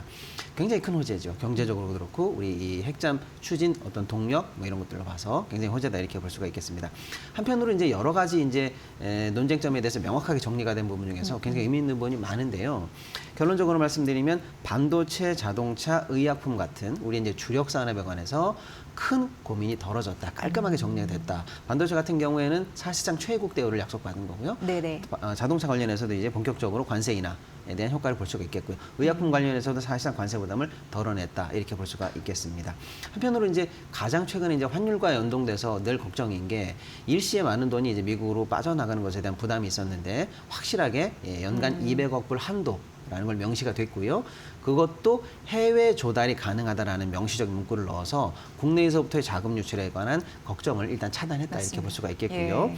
그럼에도 불구하고 환율이 불안하면 시기와 내용에 대해서 양에 대해서 조정할 수 있다는 여지, 안전장치까지 뒀다라는 측면에서 좋았다 이렇게 볼 수가 있겠습니다. 한편으로는 이제 우리는 결론적으로는 미국에 투자하는데 이게 최종적으로 우리에게 이익이 돼서 돌아올 수 있느냐라고 하는 원리금 상환에 관한 담보가 가장 사실은 본질적인 내용인데 상업적 합리성을 담보한다는 문구가 명확하게 다시 들어갔습니다. 커머셜 리저너블한 얘기가 확실히 들어갔고요. 또 이제 원리금 상환에 관해서 이제 예를 들어서 엄브렐라형 투자 구조를 확정했습니다. 그래서 개별 프로젝트에서 손실이 나더라도 다른 프로젝트에서 그 이익을 뽑아올 수 있게 해서 최종적으로는 다소간의 시간이 걸리겠습니다만 우리가 미국에 투자했을 때 이게 단순히 낭비되는 돈이 아니라 결론적으로는 원리금이 상환은 가능하다라고 해서 완벽한 국부 유출 논란에 관해서도 우리가 의구심을 해소했다는 측면에서 의미가 있다 이렇게 좀 볼 수가 있겠습니다. 네, 이제 대미 투자 관련해서 많이들 궁금해하셨는데 그 중에 상당 부분이 또 트럼프 대통령이 좀 강력하게 원하는 원자력에 들어가지 않겠느냐 그런 의문도 있었는데 이에 대해서는 어떻게 보셨어요? 맞습니다. 이 부분도 우리 입장에서는 뭐 나쁘지 않다라고 평가를 하고 싶습니다. 트럼프 대통령이 사실은 이제 뭐 파리 기후협약 탈퇴, 뭐 이렇게 전기차 생산에 관한 보조금 중단 등등등 해서 재생에너지에 관해서 비우호적이다라는 걸 우리가 다 알고 있거든요. 네. 그래서 결국에는 미국이 다양한 이제 데이터 산업이라든지 AI 산업 할 때 결론적으로 보면은 재생에너지 쪽이 아니라 원전으로 갈 수밖에 없다라는 게 우리가 충분히 예상할 수 있는 건데 이번에도 사실은 그 부분에 관해서 어느 정도 확인이 됐다 이렇게 볼 수가 있겠습니다. 그래서 2050년까지 현재 100기가와트 수준에서 400기가와트로 확대하겠다라는 게 이제 미국의 목표인데 그에 따라서 아마도 우리가 투자하는 2천억 불의 대미 투자의 상당액이 이 정도 미국의 이 에너지 관련한 정책과 조응하지 않을 것인가, 조응하지 않을까 이렇게 지금 현재 예측이 되고 있고요. 특히 이제 원전 또 우리가 원전 관련해서 다양한 우리 산업 섹터가 다 있지 않습니까? 설계부터 시공까지. 그리고 송전망, 그리고 변전망 확충, 전력 인프라 등등등이 우리가 기술 강점이 있는데 이 부분이 미국 정책과 조응이 돼서 사실상 2천억 불 투자의 핵심 섹터로 부상할 수 있다라는 게 지금 이제 대통령실 말 내용인데요. 우리 입장에서는 굉장히 호재고 네. 또 관련한 기업들 입장에서도 호재로 볼 수 있고 사실상 낭비되는 게 아니라 수출길에 관해서 담보되는 효과까지 그렇죠. 만들었다라는 예. 측면에서 여러 가지 우려점을 씻어내고 호재로까지 이어질 수 있는 좋은 내용이다 이렇게 좀 볼 수가 있겠습니다. 네, 상당히 이제 호재를 반영한 그런 우리의 여러 가지 모습 면면을 좀 살펴봤는데, 근데 이제 환율 같은 경우에 좀 대미 투자도 있고 우리나라 또 국민들이 해외 투자 많이 하다 보니까 그 영향도 있고 그래서 환율이 여전히 높습니다. 오늘 같은 경우에도 1,459원까지를 보고 있는데 이 환율은 좀 진정될까요? 어떻게 보세요? 환율 문제는 사실 제가 볼 때는 뭐 AI 거품론이다 뭐다 해서 다양한 시장에 대해서 우려 섞인 분석들이 계속 나오는 것 중에서 제가 볼 때는 가장 실체가 있고 정말로 우려해야 되는 그런 리스크 팩터 중에 최고가 환율이다 저는 그렇게 보고 있습니다. 환율 관련해서 이제 대외적으로 달러 강세가 서구 유럽발 달러 수요 때문에 일단은 대외적으로 굉장히 안 좋은 그라운드 상황이고요. 예, 예. 거기다가 우리 대내적인 우리나라에 특화된 요소들이 좀 많거든요. 방금 말씀드린 그 한미 협상 때문에 어떤 환율 유출이라든지 뭐 다양한 우려 섞인 포인트가 있는데 일단은 한미 협상이 깔끔하게 마무리가 예. 되면서 큰 우려 섞인 부분은 해소가 됐다 이렇게 볼 수가 있겠습니다. 다만 최근 들어서 계속 노이즈가 나오고 있는 게 안 그래도 불안한 환율인데 네. 지난주에는 외국인들의 주식 매도가 좀 컸었고요. 그 자금이 사실상 일본으로 가는 효과를 내면서 환 유출이 되면서 사실은 좀 환율 건드린 효과가 있었는데 거기다가 엎친 데 덮친 격으로 이창용 한국은행 총재의 사실상 이 금리 인상으로 해석될 여지가 있는 발언, 이른바 체인지 오브 다이렉션 발언이 있어서 채권 관련해서도 투매 수준으로 발작 증상이 지난주에 네, 나왔었거든요. 그로 인한 자금 유출까지도 덮어지면서 주식시장, 채권시장 전부 다 외국인 순매도를 자극해서 환에 영향을 많이 줬습니다. 사실상 1,450선이 속수무책으로 뚫렸거든요. 시장에서는 1,450선을 환 당국의 1차 방어선이 아닐까라고 생각을 했는데 속절없이 뚫리는 걸로 봐서 그게 아니었다라는 걸로 예. 봅니다. 그렇다면 진짜 단기간에 환 당국의 방어선이 어딜까라고 시장이 예측할 거는 1,480선이었어요. 80선. 만약 80선에서 디펜스가 안 된다면 1,500까지는 거의 속수무책으로 간다라고 보면 오히려 더 어려워지는 상황이거든요. 그리고 심리적으로 1,500이 찍히는 것과 안 찍히는 것의 차이는 굉장히 크거든요. 그렇죠. 그래서 1,480선을 당국의 마지노선으로 일단은 우리가 봤었는데 지난주 후반부터 사실상 저희가 시장에서 볼 때는 적극적인 개입이 있었다라고 봅니다. 단박에 사실은 장 초반부터 환율을 끌어내려서 예. 일단 굉장히 낮은 모습을 보여줬고 또 이제 한미 협상 문제 팩시란 이런 것들 여러 가지 요소가 우호적인 분위기를 내면서 환율이 일단은 낮아졌는데 아직 끝난 건 아닙니다. 그쵸. 이런 어떤 그라운드 관련한 얘기들은 전반적으로 여전히 노이즈를 계속 내고 있다라고 보고 다만 환 당국이 1,480선에서 개입한다라는 명시적 신호를 시장에 줬기 때문에 이제는 그 선까지는 마음 놓고 또 밀릴 수가 있거든요. 네네네. 그래서 거기까지 가지 않기 위한 쉽게 말하면 환 당국과 시장 세력 간의 치열한 전투가 벌어진다 이렇게 보고 제가 볼 때는 국민연금의 개입이라든지 여러 가지 이 카드를 검토하고 있는 걸로 봐서는 당분간은 1,450 내지는 조금 낮게 본다면 1,430까지도 네. 방어를 해낼 것으로 일단 조심스럽게 예측을 해봅니다. 네, 약간 이제 방지턱이 있는 그런 네. 상황이네요. 자, 그리고 시장에서 염려하는 12월 미국의 기준금리 인하, 이거 좀 멀어져 간 것 같은 느낌이 있는데 어떻게 보세요? 맞습니다. 당초 예상보다 현재 인하 관련한 시장의 예측 가능성이 급락을 해서 예. 뭐 현재로 보면 거의 50대 50 수준으로 시장은 이렇게 보고 있는 것 같아요. 뭐 연준 관련해서는 이제 뭐 베스 해맥 같은 연준 위원들이 오히려 인플레를 경계해야 된다라고 해서 예, 매파적 예. 발언을 쏟아내면서 분위기 굉장히 안 좋게 만들고 있거든요. 근데 제가 볼 때는 현재 가장 크게 생각해야 되는 리스크 중에 하나가 아까 환율을 말씀드렸습니다만 또 하나는 뭐냐면 글로벌 이야기도 마찬가지입니다. 유동성이에요. 유동성 관련해서 만약에 노이즈가 나온다면요. 바로 AI 거품론이라든지 증시에 찬물을 껴는 수가 있거든요. 그리고 이거는 글로벌 이야기에 다 영향을 미치기 때문에 굉장히 중요합니다. 따라서 연준 위원들의 이런 매파적 발언을 시장에서 가장 현재 경계하고 있다 이렇게 볼 수가 있고요. 당분간 일단은 미국 측에서 시장 금리를 결정할 만한 주요한 지표들이 아직은 계속 그 셧다운 때문에 밀린 것들이 나오고 있지 않거든요. 네. 이 지표들이 나오는 걸로 봐야 되는데 자칫 금리 인하를 미룰 수 있는 정도의 지표가 나오지 않을까. 조금 우리가 긴장을 가지고 봐야 된다 이렇게 좀 볼 수가 있겠습니다. 예. 네. 그래서 이번 주 그 FMC 의사록도 굉장히 중요하다라는 부분 말씀드리면서 AI 거품론을 잠재울 만한 이슈가 좀 하나 있기는 해요. 이게 연말 선물이 되어줄 수 있을지 한번 판단을 좀 해주세요. 네. 뭐냐면 이제 버크셔 해서웨이의 알파벳 지분 매입 소식이 있었는데 6조 원대 규모입니다. 어떻게 네. 보세요? 시장에서는 AI가 늘 그 섹터적으로 고점이냐 거품이냐라는 논의가 계속 있지 않습니까? 그래서 일단은 그 버크셔 해서웨이에서 구글을 매입했다라는 소식이 네. 거 봐. AI는 끝나지 않았어. 그 보수적인 회사에서 AI 관련해서 드디어 투자가 시작됐다라고 해서 긍정적으로 해석하는 논의가 일단 있는 걸로 보이는데 제가 볼 때는 반은 맞고 반은 좀 틀려요? 틀리다 이렇게 봅니다. 예. 왜냐하면 새로운 AI의 주도주로 구글을 선택했다라는 것은 네. 그것은 긍정적으로 볼 만한 여지가 충분히 있다 이렇게 봅니다만은 기존에 있던 투자 포트폴리오에서 사실 굉장히 많은 현금을 계속 쌓아가고 있었거든요. 버크셔 해서웨이가.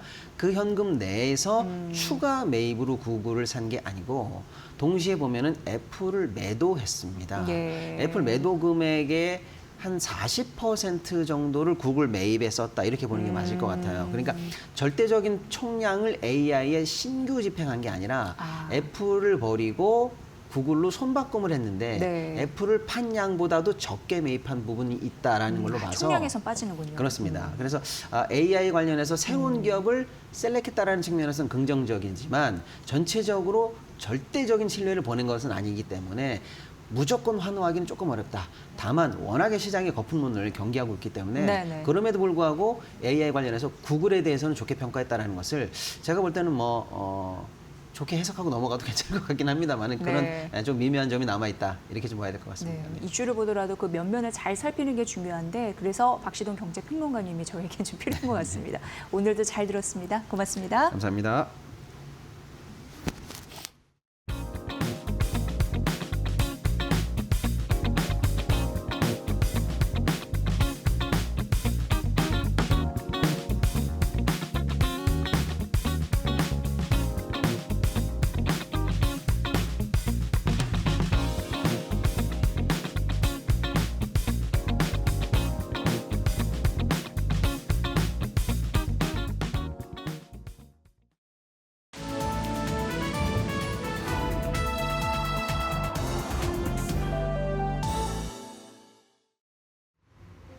안녕하세요. 증시 날씨 전해드리는 마켓웨더의 김수연입니다.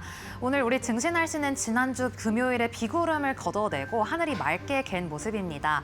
지난 뉴욕 증시 마지막 거래일에서는 기술주가 저가 매수세 유입으로 반등에 성공했는데요. 이러한 흐름이 오늘 국내에도 이어지면서 삼성전자는 10만 전자, 그리고 SK하이닉스는 60만 닉스를 재탈하는 모습입니다. 특히나 이뿐만 아니라 어제 이재명 대통령이 7대 그룹 총수를 만나서 약 2030년까지 850조 원 규모의 투자 계획을 발표했습니다. 이러한 발표 속에 오늘 관련주에도 투심이 강하게 쏠리고 있는데요. 종목별 날씨 보시면서 더 자세하고 구체적인 내용 살펴보겠습니다. 네, 이어서 보시면 오늘 반도체주 맑게 갠 모습입니다. 앞서 말씀드렸던 것처럼 이 대규모 투자 계획 속에 삼성전자가 약 450조 원 규모의 투자 계획을 발표했고요. 또 아직 AI 버블론에 대한 논쟁이 아직 완전히 가시지는 않았지만 우리가 쉬어가는 지난 주말 동안에 이에 대한 반박론도 많이 나왔습니다. 관련해서 오늘 반도체주 맑은 보이고 있고 이어서 자동차도 오늘 강한 햇살이 드는 점 확인되고 있습니다. 이 현대차가 2030년까지 약 125조 원 규모의 대규모 투자 계획을 발표한 건데요. 관련해서 오늘 현대 오토에버 같은 이 자동차 관련주에 매수세가 유입되고 있습니다. 이어서 오늘 여행 관련주 강한 햇살이 드는 점 확인되고 있습니다. 이 중국이 일본 여행 자제령을 내린 가운데 이 중국 대형 항공사들이 일본행 항공권을 취소하거나 변경할 경우 위약금을 물지 않는 이 지원 사격에 나섰습니다. 급격하게 냉랭해진 일본과 중국 관계 속에서 한국에 오히려 관광객들이 유입될 수 있다. 이런 가능성이 제기되자 오늘 여행 관련주, 호텔, 카지노 관련주에 강한 햇살이 들고 있습니다. 이어서 2차 전지주인데요. 월스트리트 저널 저널 보도에 따르면 이 테슬라가 최근 탈중국 행보를 이어가고 있습니다. 관련된 이슈 속에서 오늘 이 국내 2차 전지주들이 반사수의 기대감으로 오름세를 보였고요. 또 의료 AI주 지난주에도 쾌청하더니 오늘도 쾌청한 흐름을 이어가고 있습니다. 최근 시어스 테크놀로지나 뷰노 등 의료 AI주가 호실적을 기록하자 그간 잠재력은 높지만 뚜렷한 실적을 내지는 못한다. 이런 인식을 뒤바꿨다는 오늘 증권가의 평가 속에 의료 AI주가 맑은 흐름 보이고 있고요. 이어서 정유주도 최근에 지정학적 리스크가 고조되면서 국제 유가가 뛰자 국내에서는 S-OIL이나 GS 같은 정유주가 오름세를 보이고 있습니다. 그럼 이어서 오늘 주목해봐야 할 증권사의 리포트들 보겠습니다. 네, 삼양식품인데요. 3분기 영업이익이 1,309억 원으로 전년 대비 50% 이상 증가했습니다. 이런 호실적을 기록하자 오늘 유안타증권은 목표가를 200만 원까지 제시했고요. 이어서 농심입니다. 즉 오늘 증권가에서는 이 가격 인상 효과가 본격화됐다며 오늘 보고서를 발간한 증권사 11곳 중 9곳이 농심의 목표가를 상향 조정했습니다. 관련해서 오늘 농심은 맑음 보이고 있고요. 이수 페타시스도 오늘 주가는 맑음 보이고 있습니다. 최근 컨센서스를 상회하는 호실적을 기록한 가운데 이 증권가에서는 대장의 품격을 증명했다며 내년도 목표 시가총액을 10조 원을 본다 이런 전망을 내놓았습니다. 그럼 이어서 계속해서 특징적인 종목들 날씨 살펴보겠습니다. 두 종목 모두 뜨겁게 하루를 보내고 있는데요. 우선 로켓 헬스케어입니다. 이 중국에서 특허를 획득했다는 소식이 오늘 호재로 작용을 했습니다. 이어서 그린 광학인데요. 광학 전문 업체로 오늘 코스닥에 상장을 했습니다. 개장 직후에 더블을 기록하면서 뜨거운 데뷔전을 치렀습니다. 이상 11월 17일 증시 날씨 전해드렸습니다. 네, 오늘 삼성 그리고 SK하이닉스 강해서 반도체 위주의 대형주 강세임이고요. 많은 양은 아니지만 외국인 매수에는 유입되고 있습니다.